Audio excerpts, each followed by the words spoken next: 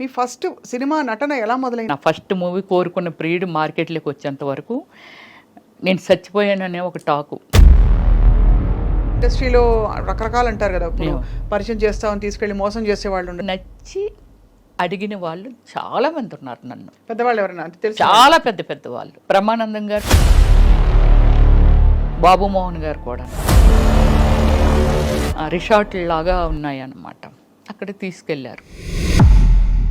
వీడు నన్ను అసలు వదలట్లేదు, వీడు లాగించేస్తున్నాడు. చాలా ఇది వింటేనే అసలు నాకు టెన్షన్ వచ్చేస్తుంది.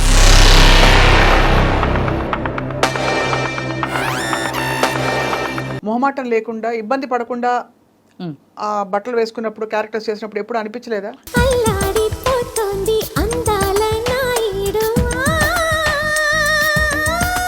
ఈరోజు మీరు చూస్తున్నారు చాలా ఈవెంట్స్కి ఒక హీరోయిన్ వెళ్ళాలంటే ఒంటి మీద బట్టలు కూడా లేకుండా వెళ్తున్నారు. అంటే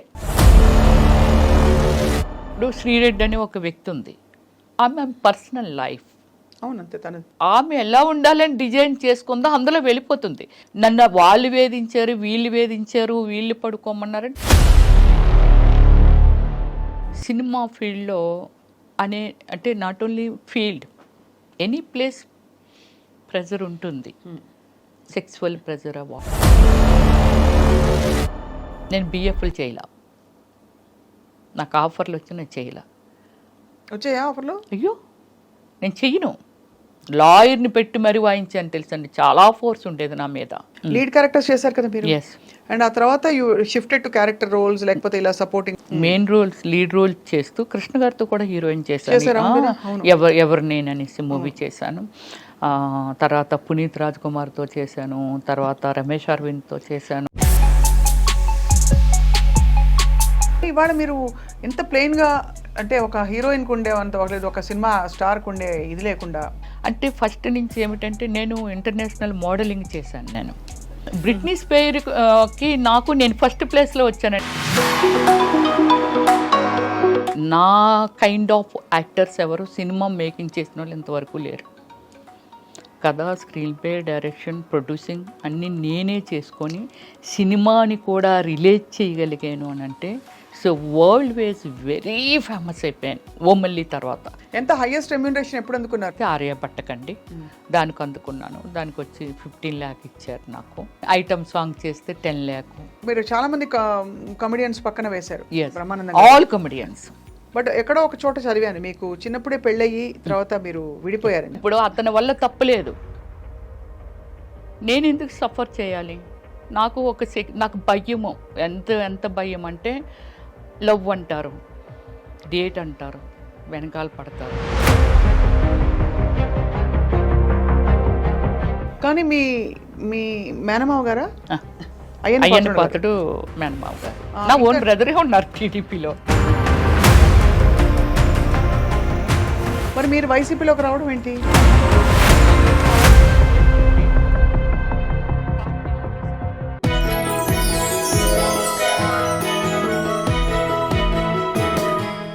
hello and welcome to this special episode on I Dream. క్వీన్కి స్వాగతం. ఇవాళ మన క్వీన్ ఆవిడ ఒక అద్భుతం, ఒక మ్యాజిక్ అని చెప్పాలి. ఎందుకంటే చాలా పాత్రలు పోషించారు జీవితంలో. తెరపై అనేక రకాల పాత్రలు పోషించి 9 భాషల్లో నటించడంతో పాటు ఒక సినిమాకి దర్శకత్వం వహించి 2 నంది అవార్డులు అందుకుని, అంతేకాకుండా జాతీయ స్థాయిలో ఎన్నో అవార్డులు అందుకున్న నటి. అంతేకాకుండా కామెడీ ట్రాక్కి కేర్ ఆఫ్ అడ్రస్గా మారిన నటి ఒక టైంలో. అండ్ మెయిన్ క్యారెక్టర్స్తో పాటు కామెడీ పాత్రలు చేస్తూ, అలాగే స్పెషల్ సాంగ్స్ చేస్తూ అనేక విధాల ఆవిడ విస్తరించారు. వీటన్నిటితో పాటు రాజకీయాల్లోకి అడుగుపెట్టారు. అండ్ వీళ్ళకి రాజకీయాల్లో ఈవిడికి చాలా దగ్గర బంధువులు, ఆరుతేర నాయకులు ఉన్నారంటే ఎవరు నమ్మరు. But she remains to be very humble and low profile.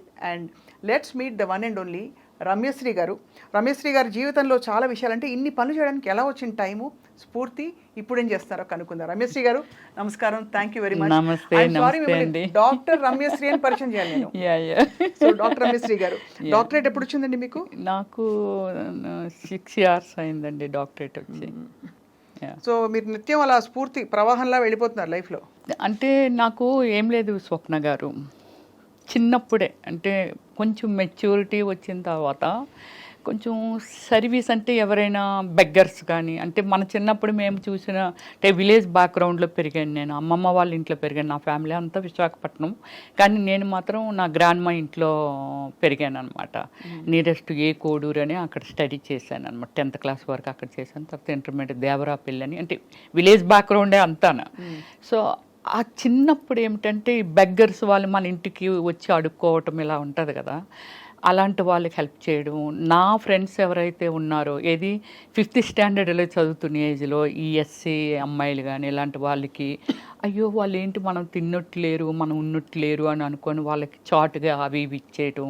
అంటే ఉంది, అది నాకు చిన్నప్పుడే ఉంది. బట్ దాన్ని అలా పెరుగుతుండు కొలది తర్వాత నా అంతలు నేను డెవలప్ అయ్యి నేను సెక్యూర్డ్గా ఉన్న టైం నుంచి బాగా ఎక్కువ చేశాను. ఒక 13 years నుంచి ఈ సోషల్ సర్వీసుల్లో ట్రావెలింగ్. సో సోషల్ సర్వీస్ అనేది ఒక పెద్ద, అదొక complete mindset. Yeah, exactly. But before that మీ సినిమాలు చాలా ఇంట్రెస్టింగ్, మీరు వేసిన క్యారెక్టర్స్. మీ ఫస్ట్ సినిమా నటన ఎలా మొదలైంది అసలు? అంటే యాక్చువల్లీ నేను ఎక్కువ బుక్స్ స్టడీ చేసేదాన్ని. స్టడీ చేసినప్పుడు ఈ నవల్స్ ఇవన్నీ చదువుతుండేదాన్ని. నెక్స్ట్ మంచి మంచి మన ఏమి ఎండమూరి వీరేంద్రనాథ్ గారు అలాంటివన్నీ నవల్స్ అవి అలా చూస్తుండేదాన్ని. అప్పుడు నాకు, నేను చిన్నదాన్నే, ఏది 6th స్టాండర్డ్ చదివినప్పటి నుంచే ఈ పిచ్చి నాకు బాగా. సో ఈ శ్రీదేవ్ గారు, విజయశాంత్ గారు ఇలా ఉంటున్నప్పుడు 6th స్టాండర్డ్లో హై స్కూల్ టైంలోనే నాకు చాలా లాంగ్ హెయిర్ ఉండేది, ఫేర్గా ఉండేదాన్ని, బాగానే. అంటే 6th స్టాండర్డ్ అంటే మెచ్యూరిటీ కూడా లేని ఏజ్ అది. బట్ ఆ ఏజ్లోనే కామెంట్స్ అనమాట, అబ్బా నువ్వు చాలా అందంగా ఉంటావు, నువ్వు శ్రీదేవి అయిపోవచ్చు, నువ్వు విజయశాంత్ అయిపోవచ్చు, ఇలా అనమాట. అది నా బ్రెయిన్లో బాగా ఫీడ్ అయిపోయింది. సో అలా ఏజ్ పెరుగుతున్న కొలది నాకు ఈ లోపల ఉండిపోయింది. కానీ it's very nice family background. Cinema background అనేది కొంచెం కూడా లేని ఫ్యామిలీ అది. అంటే cinema nice family background, cinema background లేదంటే సినిమా నైస్ కాదనుకుంటా. నో, దానికి చాలా వ్యతిరేకంగా మాట్లాడిన మనిషినండి. సినిమా అంటే తప్పు కాదు, సినిమా ఏంటి అనేది మళ్ళీ మీకు చెప్తాను స్వప్న గారు, తప్పకుండా. అయ్యో 100% ఆ పాయింట్ మీకు మళ్ళీ మీరేంటంటే, అంటే సినిమా ఇండస్ట్రీతో కాకుండా కాదు, ఇంటిలోంచి లేడీస్ని మామూలుగా బయటకు రానిచ్చేవాళ్ళు కాదు. నేను చదువుకోవాలనుకున్నా సరే మాకు ఆ రోజుల్లోనే అంబాసిడర్ కారు ఉంటే అక్కడికి పంపించేవారండి డ్రైవర్నిచ్చి. మా ఊర్లో లేదు కాబట్టి, హై స్కూల్ లేదు కాబట్టి. కానీ ఏదైనా మూవీకి వెళ్ళాలన్న ఫ్యామిలీ అంతా కలిసి వెళ్ళటము, లేడీస్ని ప్రత్యేకంగా లేడీస్ని బయటకు పంపరు. కానీ నాకు ఇది ఒకటి ఇంట్రెస్ట్ అలా పెరిగిపోతుంది. 10th క్లాస్ అయిపోయిన తర్వాత నాకు జిల్లా పరిషత్ చైర్మన్ కృష్ణమూర్తి గారు అనేసి వాళ్ళ అమ్మాయి పద్మప్రియ అని ఒక ఆమె ఉంది, నాకు మంచి క్లోజ్ ఫ్రెండ్. నా భావాలన్నీ తనతో షేర్ చేసేదాన్ని. సో చేసినప్పుడు మరి ఏం చేద్దాం అనుకుంటున్నాను, actually my name original name Sujatha. So మరి ఏం చేద్దామని అనుకుంటున్నాను, లేదు నేను ఎలా అయినా చేయాలి. చెన్నై వెళ్ళాలంటే నాకు లాంగ్వేజ్ రాదు అంటే అప్పటికి ఆల్మోస్ట్ నేను 97లో వచ్చాను, ఇక్కడికి వచ్చేసింది ఇండస్ట్రీ. సో నేను వెళ్ళాలి. అప్పుడు తను ఏం చేసిందంటే, మీకు ఒక పెద్ద, ఇప్పుడు ఫస్ట్ టైం నేను రివీల్ చేస్తున్నాను, TV9 రవిప్రకాష్ గారు ఉన్నారు కదా, అక్కడి నుంచి తనకు ఒక ఫ్రెండ్ తెలిస్తే, తను కూడా ఉమెన్ కదా, సో అందుకని ఇంకో ఫ్రెండ్కి బెత్తాయించి సుజాతలుగా హైదరాబాద్ వెళ్తానంటుంది, మూవీస్లో చేస్తానంటుంది. అబ్బా నాకు భయం అనిపిస్తుంది, వాళ్ళ ఫ్యామిలీకి ఏం చెప్పాలి అది ఇది అని. కానీ నేను పంపించినట్టు వాళ్ళ ఫ్యామిలీకి తెలియకూడదని ఇంకొక పర్సన్కి అప్పచెప్పింది. ఆ పర్సను రవిప్రకాష్ క్లోజ్ ఫ్రెండ్స్. అప్పుడు రవిప్రకాష్ గారి దగ్గరికి నన్ను పంపించారు. So travelling is very short time, ఒక 3 days ఎంతో రవిప్రకాష్ గారితో ట్రావెల్ చేశాను. నన్ను బండి మీద రామానాయుడు స్టూడియోకి తీసుకొని వెళ్ళారు. ఆ బ్యాక్ నుంచి తీసుకొని వెళ్తే లక్కీగా ఏమిటంటే రామానాయుడు గారు కలిశారు. షూటింగ్ జరుగుతుంది, ఏదో తాత మనోడు సంథింగ్ ఏదో రిసీవ్ చేసుకున్నారు. ఇప్పటికీ రాజా ఉన్నాడు, రాజా తెలుసు, ఎగ్జిక్యూటివ్ మేనేజరు. సో రాజా లోపలికి ఆయన దగ్గరికి తీసుకెళ్తే, ఏమైనా డ్రామాలు అవి చేసావని అడిగారు రామానాయుడు గారు. అన్నిటికీ నాది ఏంటంటే వాయిస్ లేదు, ఇదే అన్నిట్లకి ఇదే. నీకు మాటలు వచ్చా అని అడిగారు, అన్నీ అడిగారు. ఫోటోలు ఉన్నాయి, కొన్ని ఫొటోస్ ఉన్నాయా, లేదు. ఎక్కడి నుంచి వచ్చావు? వైజాగ్ నుంచి. మీ పేరెంట్స్ ఏం చేస్తారు అని అడిగారు. సార్ మా అన్ని గోల్డ్ బిజినెస్లు అవి సార్, డాడీ కూడా పొలిటికల్ ఫార్మరు, ఇవన్నీ చెప్పాను. మంచి కుటుంబం నుంచి వచ్చావమ్మా, వెళ్ళిపో, నీకేం తెలియదు, ఫోటో లేవు, ఎక్కడ చెయ్యలేదు, డాన్స్ రాదంటున్నావు, ఏది రాదంటున్నావు కదా, వెళ్ళిపో అని. లేదు సార్ నేను వెళ్ళను సార్, వచ్చాను సార్. అప్పుడు ముప్పలేని శివ గారు తాజ్మహల్ సినిమా పెద్ద హిట్ ఇచ్చారు. ఆయన మన జర్నలిస్ట్ కాలనీలో వేరే మూవీ కాకినాడ ప్రొడ్యూసర్తో మూవీ స్టార్ట్ చేస్తున్నారు. నేను వెళ్ళేసరికి అలీ, అనంతో, వంశీ గారు ఫ్రెండు, వాళ్ళందరూ అక్కడ ఉన్నారు. నేను వెళ్ళేసరికి డైరెక్టర్ గారు లేరు. ఏంటమ్మా సినిమాలు చేయడానికి వచ్చామని కింద మీద చూస్తే వచ్చానన్న. నేను డైరెక్టర్ రమ్మన్నారా అన్నారు. రామానాయుడు గారు పంపించారు సార్ అని. నన్ను కొంచెం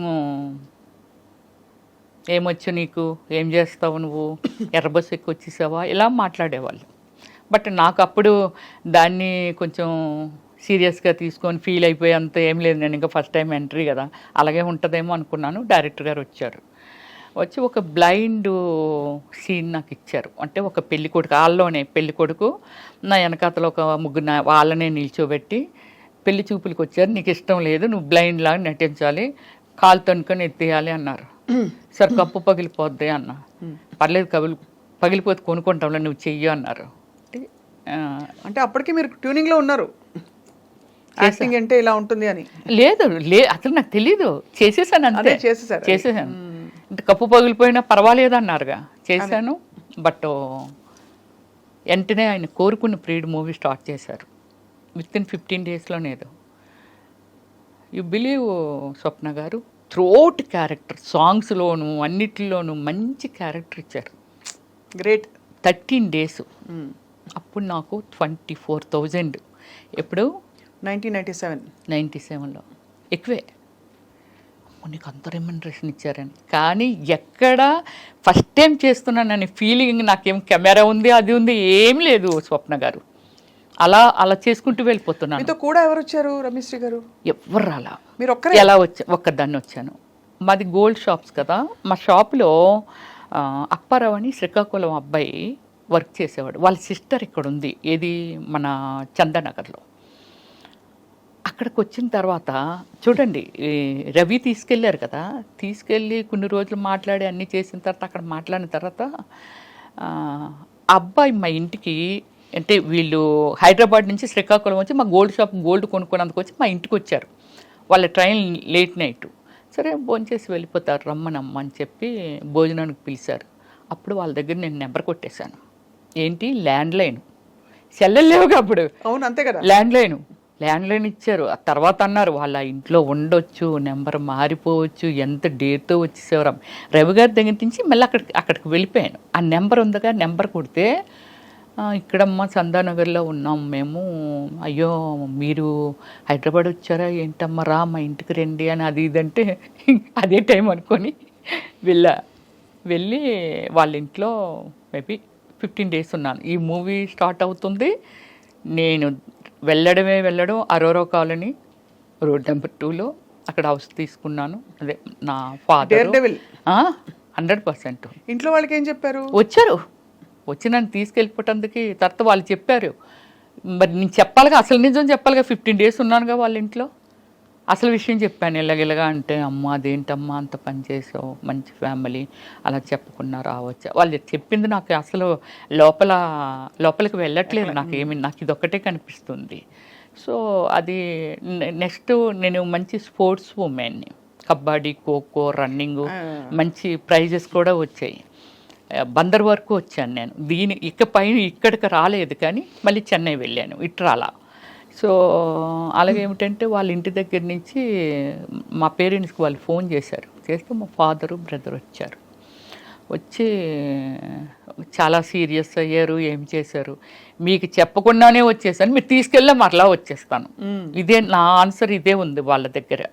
వాళ్ళు ఏం చెప్పినా ఏం చేసినా. అప్పుడు మీరు మేజరే కదా? అప్పుడే అప్పుడెక్కడ మేచినప్పుడే 16 నా ఏజ్ అప్పటికి. 16 16 కాకపోతే బాగా బొద్దుగా ఉండేదాన్ని, అప్పట్లో హీరోయిన్లు అందరూ కొంచెం మెయిన్ క్యారెక్టర్స్ వాళ్ళు కూడా యంగ్ గా ఉండేవారు. లావుగా ఉండేదాన్ని. సో అప్పుడు డాడీ వాళ్ళు చెప్పినా ఏం చేసినా నేనైతే రాను అంటే అనకూడదు ఆ వాడు. మా అమ్మ ఎవరైనా అడిగినా చేసినా నా ఫస్ట్ మూవీ కోరుకున్న ప్రియుడు మార్కెట్లోకి వచ్చేంత వరకు నేను చచ్చిపోయాననే ఒక టాకు. రియల్లీ అంటే అంత ప్రెస్టేజింగ్గా ఫీల్ అయ్యారు. ఒక ఫ్యామిలీ నుంచి చెప్పా చేయకుండా వెళ్ళడము ఇదంతా అనేది. ఆడపిల్ల వెళ్తే కంగారు పడతారు కదండి. కానీ మిమ్మల్ని మీరు ఎలా సంభాళించుకున్నారు అప్పట్లో? అంటే ఇండస్ట్రీలో రకరకాలు అంటారు కదా, ఇప్పుడు పరిచయం చేస్తామని తీసుకెళ్ళి మోసం చేసే వాళ్ళు ఉండొచ్చు. ఇండస్ట్రీలో చాలా మంది ఇలాగా, అంటే ఇవన్నీ వినడమే మనం. అవును. కానీ అఫ్ కోర్స్ చాలా మంది గొప్ప నటీమణులు, గొప్ప సక్సెస్ఫుల్ అయిన ఆర్టిస్టులు 100 మంది ఉన్నారు, 1000 మంది ఉన్నారు.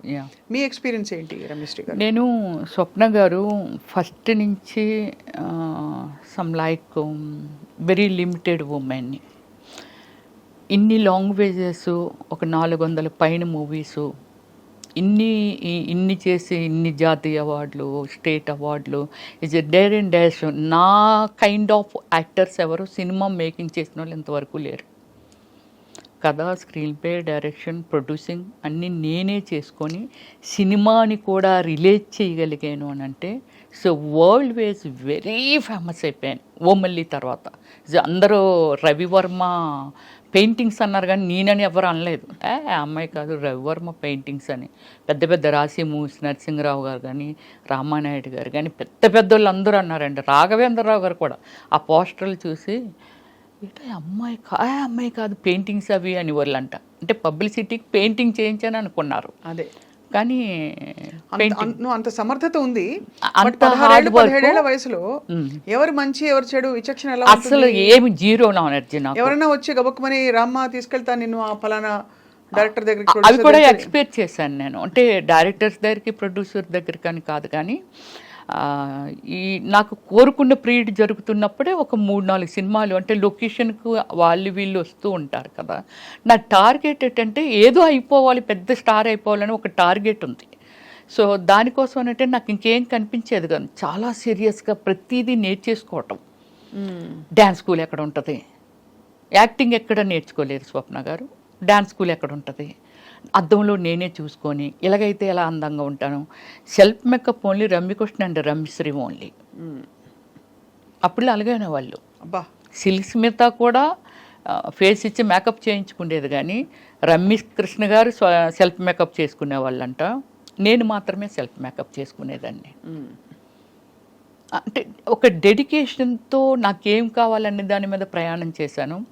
కానీ ఒక్కసారి మాత్రము నాకు ఈ ఏమిటి అమీర్పేటలో ఒక బట్టల షాప్ ఉండేదండి, అది చాలా ఉన్నాయి, వెరీ ఫేమస్ అండి అది. అప్పట్లో వెరీ ఫేమస్ ఆ షాపు. దానికి యాడ్ చేయాలంటే వాళ్ళు బెంగళూరు నుంచి వచ్చారు. స్టాపర్ షాప్ యాడ్ చేయాలి, వచ్చారు, పిలిచారు. అప్పుడు నాకు కారు ఉంది, అప్పుడప్పుడే కొనుక్కున్నాను జన్ కారు. నాకు డ్రైవ్ రాదు అప్పుడు. సో మా కారు ఉంది రండి అని. నాకు ఈ ఏరియాస్ ఏవి తెలియవు హైదరాబాద్లో. వాళ్ళు తీసుకెళ్తున్నారు. ఇప్పుడు ఆ ఏరియా ఏమిటనేది నేను ఇప్పుడు చెప్పగలను. చందానగర్కి మన అమీర్పేటకి మధ్యలో ఉంటుందండి. అది ఏమిటో అక్కడ రిసార్ట్ లాగా ఉన్నాయన్నమాట. అక్కడ తీసుకెళ్ళారు. వాళ్ళు ఒక 10 మెంబర్స్ వచ్చారు, నేను ఒక్కదాన్నే. వెళ్ళి ఇవన్నీ మాట్లాడుతున్నారు. వాళ్ళు డ్రింక్ ప్రిపేర్ చేశారు, నాకు అలవాట్లేదు. వాళ్ళు బీర్లు, అయ్యో మాకు అలవాట్లేదంటే మేము బీర్లు మాత్రమే తీసుకుంటాం, హార్డ్ డ్రింక్ అది తీసుకోము. బీర్లు అలా టైం అయింది. ఎంత అయింది? 9:30 అయింది. నన్ను డ్రాప్ చేసేయండి వెళ్ళిపోతాను అని అన్నా. ఉండండి మేడం పంపించేస్తామని 10 అయింది నైట్. పంపట్లా, 11:45. అప్పుడు ఈ సెక్యూరిటీ డిపార్ట్మెంట్, పోలీస్ డిపార్ట్మెంట్ ఉంటుంది కదా, వాళ్ళు వచ్చారు. వస్తే నేను వాళ్ళతో చెప్పాను, సార్ నేను వెళ్ళిపోతాను అంటున్నాను అంటే, మరి వీళ్ళు మీకు తెలుసు అంటే, తెలుసు సార్, బెంగళూరు ప్రొడ్యూసర్స్ వీళ్ళు అని చెప్పాను నేను. సరే మరి వాళ్ళందరూ ఉన్నారు కదా, అయితే ఇంకా టైం అయిపోయింది వెళ్ళిపోండి అని అన్నారు. అంటే ఇంకొక 10 minutes కూర్చొని, ఎందుకంటే వాళ్ళు అక్కడే తిరుగుతున్నారు పోలీసులు, తీసుకెళ్తున్నారు. ఎర్రగడ్డ దాటిన తర్వాత ఫ్లైఓవర్ ఉంది చూసారా, ఆ ఫ్లైఓవర్ మీదకి వస్తున్నప్పుడు వాళ్ళు ఎందుకో మాటి మాటికి కారు దిగడం, బానెట్ ఎత్తడం ఇలా చేస్తుండేవాళ్ళు. సో ఏంటి వీళ్ళు ఎలా దిగుతున్నారు, ఇన్నిసార్లు దిగుతున్నారు, కారు రిపేర్ అయితే ఆగిపోద్ది కదా అనిపించేది నాకు. అక్కడికి వచ్చిన తర్వాత ఏమైందంటే, నన్ను అంటే ముందున ఒక ఆయన కూర్చున్నాడు, నా పక్కన ఇద్దరు కూర్చున్నారు, వేరే కారులో వెనకాల వస్తున్నారు. ముందుని ఒక కారు 10 మంది వాళ్ళు. సో కారు నా పక్కన కూర్చున్న ఆయన కొంచెం వల్గర్గా బిహేవ్ చేయడం మొదలుపెట్టాడు. అమ్మ బాబాయ్. వెనకన కూర్చొని నేను ఎప్పుడు అబ్జర్వ్ చేశానంటే, బానెట్ ఎత్తి కారులో ఏదో వాటర్ పోస్తున్నట్టు పోసి పక్క కొంపేశాడు ఆ నీళ్ళు.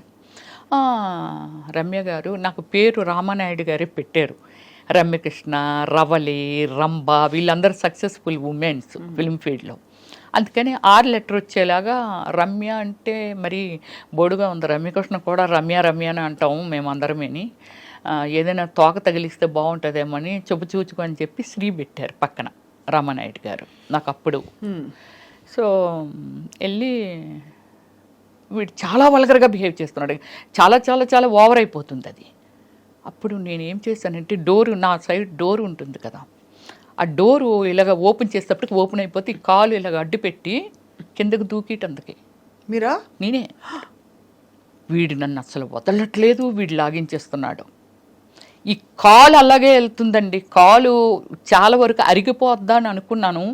ఆ రోజు లక్కీగా ఏంటంటే షూ వేసుకున్నానంటే నేను, ఇలా తోసుకెళ్తుంది కాలు. ఎదురుగా సెకండ్ షో మూవీ వదిలితే ఫాదరు ఆ అబ్బాయి, అంటే చాలామంది వెళ్తున్నారు వస్తున్నారేమో, ఈ రూట్ గుండా వస్తూ ఉంటే అప్పుడు నా కాలు డోర్ ఓపెన్ అయ్యి కదా ఉంది, ఇటువైపు వస్తున్నారు వాళ్ళు, డోర్ ఓపెన్ అయ్యి ఉంది. ఎప్పుడైతే ఓపెన్ అయ్యి ఉండి నా కాలు ఉందో, ఆ పెద్ద ఆయన ఉన్నారు కదా, అమ్మ ఇది ఏదో ఏంటి ఆ కాలు డోర్ డోర్ ఓపెన్ అయిపోయింది, కాపాడండి అంటున్నాను నేను. అండ్ మీ పక్కన వాడు ఇబ్బంది పెడుతున్నాడు. అంటే వీళ్ళు ఏం చేశారంటే, నా ముందు వెళ్ళిన కారు కొంచెం ముందుకెళ్ళిన తర్వాత యూటర్న్ తీసుకుంటే వాళ్ళు కథలు చెప్తున్నారు, ఏమండి ఇప్పుడు మీ ఇంటికి వెళ్ళట్లేదు, మా ఫ్రెండ్ ఒకడు ప్రాబ్లం పడ్డాడు, వాడి దగ్గరికి వెళ్ళి తర్వాత మీ ఇంటి దగ్గర దిగబెడతామండి అని ఇవన్నీ చెప్తున్నారు. మీకు తెలిసిపోతుంది? నాకు అర్థమైపోతుంది వాళ్ళు మాట్లాడుతున్న మాటలు. కారు అంటాడు, నీళ్ళేం పక్క నుంచి బానెట్ ఎత్తే గ్యాప్ ఉంటుంది కదండి, ఆ గ్యాప్లోంచి కనబడుతుంది పక్కనే వేసేసాడు, బానెట్లో వేసాను హీట్ ఎక్కిపోయింది అంటాడు, ఏదో చెప్పేస్తున్నారు. నాకు భయం వేసి అలా చేస్తే, మీరు నమ్మరండి, గాడ్ లాగే ఆ అబ్బాయి ఆయన వాళ్ళ వెనకాతలు ఇంకోళ్ళు ఎవరో వస్తున్నారు. వీళ్ళు ఎప్పుడైతే కారు ముందుకు వచ్చి ఇలాగ ఆపారో, వెనకాల వచ్చిన వాళ్ళు కూడా పక్కన ఇలాగ ఆపారు. కారు స్పీడ్గా వచ్చి ఆపితే, ముందు అమ్మాయిని దింపండి అని అంటే, ఎవరమ్మా వాళ్ళు అన్నారు. సరే ఇలాగ నాకు ఒక యాడ్ ఇప్పిస్తామని చెప్పి నన్ను తీసుకొచ్చారండి. చాలా రోజులు నాతో ఫోన్లో మాట్లాడారు ఆ పెద్ద ఆయన. సో ఇది అప్పుడు నన్ను కిందకి దించి మొత్తం బాడీ ఎంత ఉడికిపోయి, బాడీ అంత స్వెట్టింగ్ వచ్చేస్తుంది అనమాట. అప్పుడు ఆయన దగ్గరుండి బండి మీద అబ్బాయినేమో నువ్వు ఇలాగ వెళ్ళిపో అమ్మ, నేను దిగబెట్టి వచ్చేస్తాను ఆమెని అని చెప్పి నన్ను మా ఇంటి వరకు అరోరా కాలనీలో ఉండేదాన్ని నేను. చిన్నవారు అప్పుడు చాలా మీరు? ఏది చిన్నదాన్ని అన్నారు.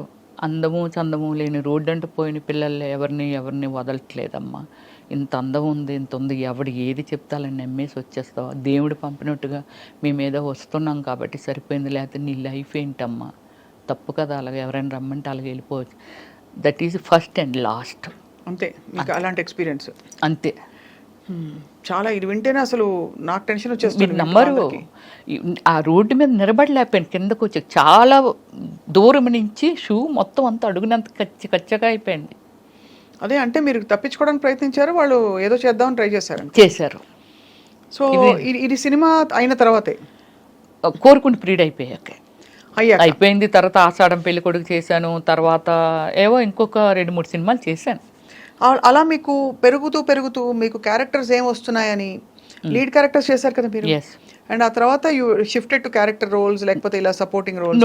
నేను స్టార్టింగ్ నుంచి మిక్స్డ్ ఇవి చేశాను, మెయిన్ రోల్స్, లీడ్ రోల్స్ చేస్తూ కృష్ణ గారితో కూడా హీరోయిన్ చేశాను. ఎవరు నేను అనేసి మూవీ చేశాను. తర్వాత పునీత్ రాజ్ కుమార్తో చేశాను, తర్వాత రమేష్ అరవింద్తో చేశాను, అదే సూర్యతో విక్రమ్ గారితో చేశారు. విక్రమ్ గారితో చేశాను. అంటే నేను ఎలా అయిందంటే నాకు ఎవరు గాడ్ ఫాదర్ లేరు ఫిల్మ్ ఇండస్ట్రీలో. అందుకని చాలా ఆశ్చర్యం గారు, మీరు ఎలా గాడ్ నిలదొక్కున్నారు? ఫాదర్ లేరు. ఇంతవరకు ఎన్ని టైమ్స్ చెప్పినా బిలీవ్ చేయగలరా లేదనేది ఇంతవరకు కాంట్రవర్సీ లేదు నా లైఫ్. వెరీ డీసెంట్ అనమాట. ఎవ్వరూ మిమ్మల్ని ఏ టైంలో కూడా ఇబ్బంది పెట్టలేదు అయితే? లేదు. ఇలాంటి సిచ్యువేషన్ ఒకసారి ఎవడో సంథింగ్ అంటే ఇండస్ట్రీలోనే మీకు రకరకాల మనుషులు ఉంటారు కదా, చాలా గొప్పగా పెద్ద మనుషులు చాలా మంది ఉన్నారు. ప్రతి ఇండస్ట్రీలో ఉంటుంది. ఈ ఇండస్ట్రీలో ఏంటంటే కొంచెం రూల్స్ అవి రిలాక్స్డ్ గా ఉంటాయి కాబట్టి వాతావరణాలు కూడా అలా ఉంటాయి, లేట్ నైట్స్ ఉంటాయి. మరి అలాంటప్పుడు మీరు ఇబ్బంది పడకుండా రావడం అనేది చాలా పెద్ద. అంటే నేను ఫస్ట్ నుంచి ఒక టీంని మెయింటైన్ చేసేదాన్ని. తక్కువ టైంలో సాగర్ గారు డైరెక్టర్ గారు ఇప్పుడు మన ఈ లోకంలో లేరు. ఆయన నేను వసేనా మరదల మూవీ చేశాను, రామ్ సక్కనోడు సుమన్ గారితో చేశాను. అప్పుడు కన్నడలో ఆయనే నన్ను ఇంట్రడ్యూస్ చేశారు, అమర్ అక్బర్ అంతోని మూవీ అని. ఇంద్రజ నేను దానికి సుమన్ గారు కాదు, మన సాగర్ గారు డైరెక్టరు పరిచయం చేశారు. సో ఆ సినిమా తర్వాత అనుకోకుండా చాలా కన్నడలో నేను చేసిన మూవీస్ అన్నీ ఇట్టే, అన్ని 100 days. కానీ ఇవాళ మీరు ఎంత ప్లెయిన్ గా, అంటే ఒక హీరోయిన్ కు ఉండే అంత ఒక సినిమా స్టార్ కు ఉండే ఇది లేకుండా హంగులు, ఇంకేం చెప్పాలి, చాలా డౌన్ టు ఎర్త్ గా ఉన్నారు. సో ఏం లేదు స్వప్న గారు, అంటే కొంచెం పీస్ఫుల్గా ఎండ్ ఆఫ్ ద డే నన్ను నేను చూసుకుంటే నేను ఉండాలి అనే ఒక డ్రీమ్ ఉన్న గర్ల్ని నేను. చాలా పీస్ఫుల్గా ఉండాలి, డీసెంట్గా ఉండాలి.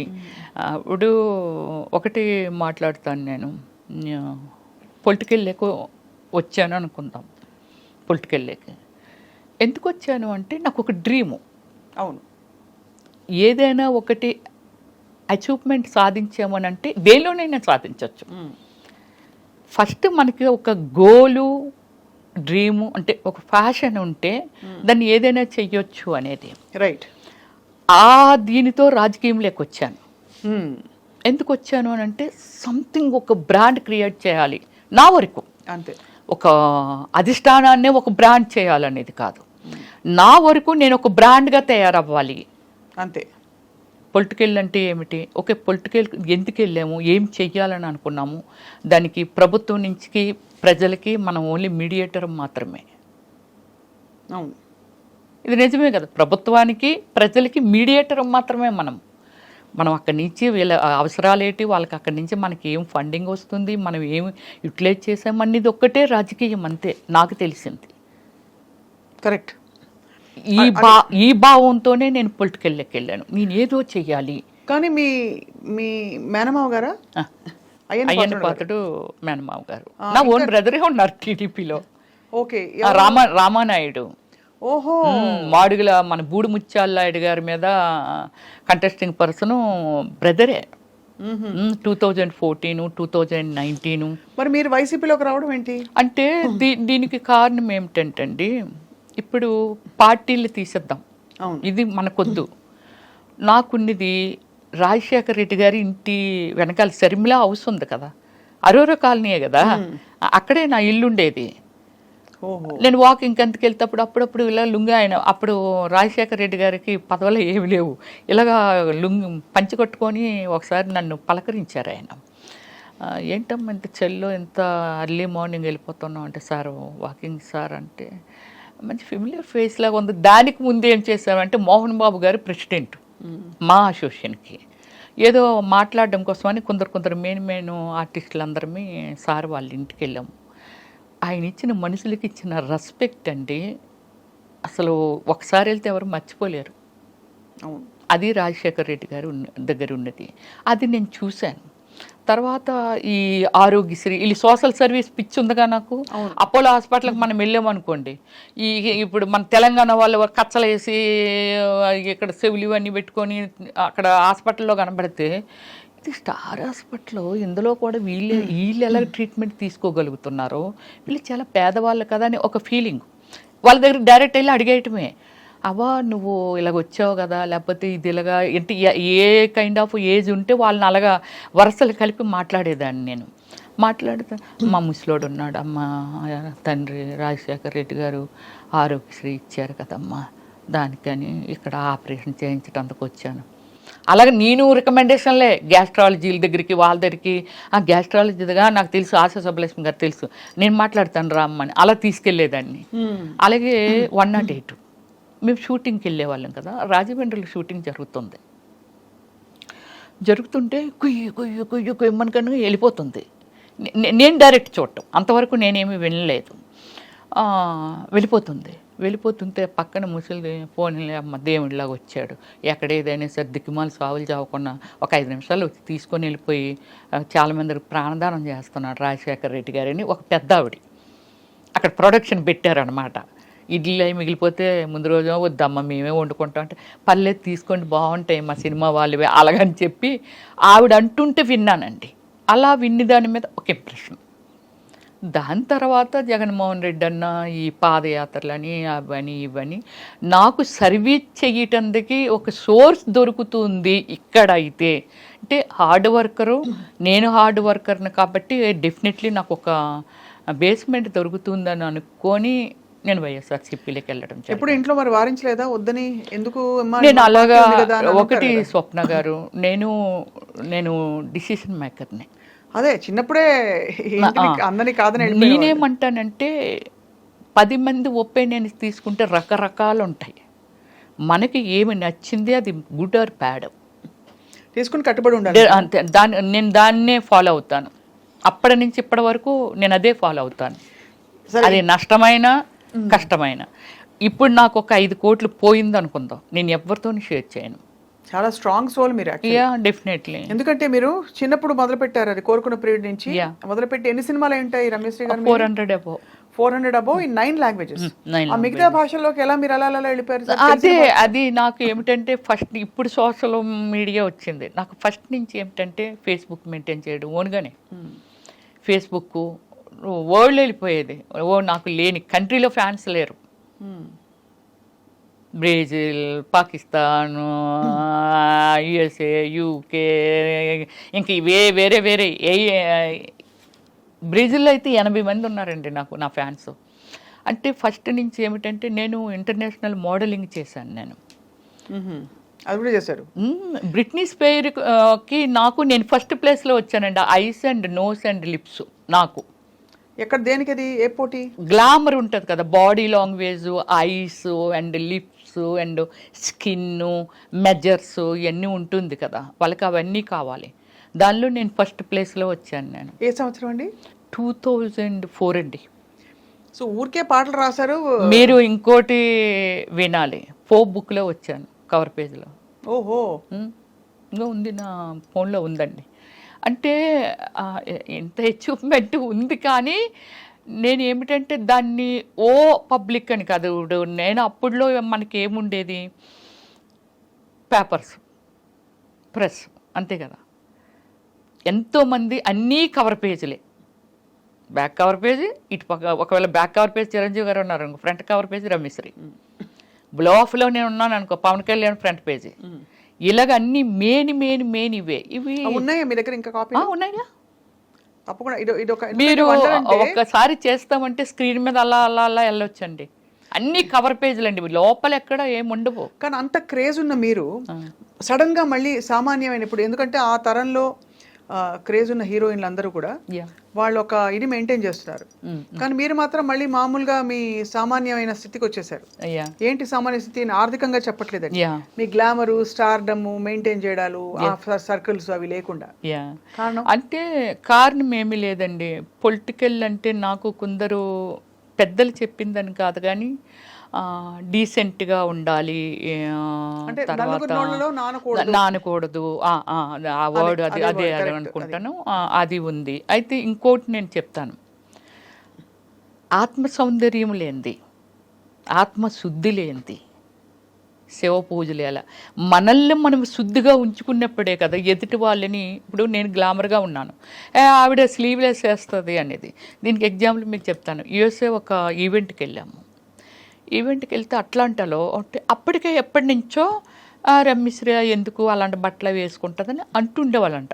ఐ డోంట్ నో, నాకు అంటే అక్కడికి వెళ్ళాక కానీ ఆ మ్యాటర్ మనకు తెలియదు కదా. సో తర్వాత అంటుండేవాళ్ళంట, చాలామంది ఏమనేవాళ్ళంట, బట్టలది ఏముంది ఇక్కడ మనం వేసుకోవట్లేదా, మనం ఉండేది ఏ కల్చర్లో ఉన్నాం. ఇది దుబాయ్లో విన్నానండి, యుఎస్ఏలో విన్నాను ఈ వర్డ్స్, సేమ్ వర్డ్స్. ఎప్పటి నుంచో తీసుకొద్దామని అనుకుంటున్నారు కానీ ఆవిడ చాలా ఫాష్ ఉంటుంది బట్టలు. ఎక్కడ ఫాష్ ఉంటాను? స్క్రీన్ మీద. నేను వెళ్ళిన తర్వాత అక్కడ ఎలాగ మా వాళ్ళు ఒప్పేనేనండి, అదండి ఇదండి, అబ్బాయి ఏమి డీసెంట్ ఉన్నారు రమ్య గారు మీరు అని అంటే, ఒక ఆయనండి, అందరం ఉన్నాం డిన్నర్ చేస్తున్నాం, ఆయన అన్నారు, చీర కట్టిన ప్రతి ఆడది పతివ్రత కాదు, వాళ్ళ డ్రెస్సింగ్ దీన్ని పెట్టి ఎవరిని ఎప్పుడు అంచనా వేయకూడదని అందరి మధ్య ఆయన మాట్లాడారు. గ్రేట్. అవును, డైరెక్ట్గా నన్ను ఉద్దేశించి ఇంకోళ్ళు ఉద్దేశించి కాదు, నా వర్షన అల్లో ఉంది ఏది ఎప్పుడో, కానీ అది ఆయన అప్పుడు ఓపెన్ చేశారనమాట అలాగా. సో అలా అంటే ఏమిటంటే, ఒక డ్రెస్సింగ్ని పెట్టో లేకపోతే ఏదో పెట్టి నేను చేసిన సినిమాలు నేను ఒకటే చెప్పాను, నేను బిఎఫ్లు చేయలా, నాకు ఆఫర్లు వచ్చి నేను చేయలా. వచ్చాయా ఆఫర్లు? అయ్యో నేను చెయ్యను, లాయర్ని పెట్టి మరీ వాయించాను తెలుసండి, చాలా ఫోర్స్ ఉండేది నా మీద. ఎవరు ఫోర్స్ చేసేవారు? షూట్ చేసేవాళ్ళు ఎవరైతే దానికి స్పాన్సర్స్ ఉంటారో ఇదంతా ఉంటుంది కదండి. అంటే చాలా లాంగ్వేజెస్లో చేశాను కదా, బాగా స్ప్రెడ్ అయ్యి వరల్డ్ వైజ్ స్ప్రెడ్ అయ్యాను నేను. సో ఇలా నేను అవాయిడ్ చేస్తే, నేను ఒకటే చెప్తాను, సినిమా ఎనీ ప్రొఫెషన్ దాన్ని మనం ఒక డాక్టర్ అవనియండి, లేకపోతే యాక్టర్ అవనియండి, ఇంజనీర్ అవనియండి, ఒక సివిల్ ఇంజనీర్ బిల్డింగ్ కట్టాలని అంటే తన ఎంతోమంది ట్రావెలింగ్ ఎన్నో ఇయర్స్ ఉండాలనేది, తన మొత్తం అంతా తన టాలెంట్ అంతా పెట్టి చాలా నిజాయితీగా చెయ్యగలిగితేనే, లేకపోతే ఎందరో ప్రాణాలు పోతాయి. ఇలాగేమిటంటే నా ప్రొఫెషన్లో నేను వచ్చానండి, ఒక డైరెక్టర్ డ్రీమ్లో దిస్ ఈజ్ ఒక కాన్సెప్ట్ ఈజ్ వన్ ఫ్యామిలీ, ఒకరు ప్యాంట్ వేస్తారు, ఒకరు చీర కడతారు, ఒకరు షార్ట్లు వేస్తారు, డిఫరెంట్ కాన్సెప్ట్ ఈజ్ స్టోరీ. అలా మీరు వేసిన క్యారెక్టర్స్కి చాలా చోట్ల మీరు కొన్ని ఎక్స్పోజ్ చేసే బట్టలు వేసుకున్నాను. అప్పుడు అదే అంటున్నాను, నాకు డైరెక్టర్ అనే ఆయన కాన్సెప్ట్ అండి. చిరంజీవి గారైనా సరే కొన్ని సినిమాల్లో గోచి పెట్టుకొని పరిగెట్టారుగా అవసరమైతే. అంటే అడవ మనిషిలో చిన్న కట్టుకొని పరిగెట్టారు. ఎనీవన్ దాన్ని నమ్ముకొని, కళామ తల్లిని నమ్ముకొని వచ్చాము కాబట్టి, బట్ వాళ్ళకి ఏం కావాలని ఇన్పుట్ మనం ఇవ్వాలా వద్దా అంటే ఖచ్చితంగా. బట్ మీరు ఎక్కడ ఫీల్ అయ్యారు అంటే, ఫీల్ కాకుండా, మొహమాటం లేకుండా, ఇబ్బంది పడకుండా ఆ బట్టలు వేసుకున్నప్పుడు, క్యారెక్టర్స్ చేసినప్పుడు ఎప్పుడు అనిపించలేదా? నాకు అనిపించలేదండి, అస్సలు అనిపించలేదు. దేన్నైతే నమ్ముకొని వచ్చాను. ఈరోజు పుయిద రమేశ్రీ అంటే, మా అమ్మ నాన్న కడుపుని పుట్టి నేను అక్కడే ఎవరినో పెళ్లి చేసుకొని ఎక్కడో ఉండుంటే అంతే కదా, ఎవరికి తెలుస్తుంది రమ్యశ్రీ ఎవరు అనేది, ఎవరికి తెలుస్తుంది? ఖచ్చితంగా. అంటే నేమ్ ఫేమ్ కోసం, బట్ అయినా కూడా ఒక పెంపకం, ఒక వాతావరణంలో పెరిగినప్పుడు, మీరు అన్నట్టు సినిమా ఇండస్ట్రీ లేకపోతే నేను రాను, తప్పకుండా ఇబ్బంది పడతారు. ఇబ్బంది అయినా సరే ఇష్టంగా చేశాను. ఎంతో మంది డైరెక్టర్స్ అన్నారండి, అసలు యాక్టింగ్లో కూడా కోఆపరేషన్ చెయ్యరు. రమ్య గారు ఒక క్యారెక్టర్ మీకు ఎక్స్ప్లెయిన్ చేస్తే, అది సిల్క్ స్మిత్ అని మిమ్మల్ని చూసామండి. ఆ క్యారెక్టర్ని ఎలా మోడ్ చేసేసుకోవాలి, ఎలాంటి డ్రెస్సింగ్ వేసుకోవాలి, ఎలాంటి మేకప్ వేసుకోవాలి. మేకప్ సిల్క్ స్మిత్ అది ఓన్ కాదు, కానీ everything is my self only. Costume design నేనే, కలర్ కాంబినేషను నేనే, అన్నీ మొత్తం డిజైన్ చేసేసుకుండేదాన్ని. ఈరోజు సీన్ ఏమిటి, ఎవరెవరు ఆర్టిస్టులు, బ్యాక్గ్రౌండ్ ఏముంటుంది, ఆ బ్యాక్గ్రౌండ్లో నేను ఈ కలర్ చీర కడితే నాకు ఆ కలర్ చీర పంపించేయండి. అలాగే కాస్ట్యూమ్ డిజైన్లు కూడా, ఎవరినైనా సినిమాకి కాస్ట్యూమ్ అంతా నా పర్సనల్లే, అంటే నేనే డిజైన్ చేసుకున్నాను నేను. అలాగే ఆల్ మూవీస్కి నా పర్సనల్ డిజైనింగ్ అండి.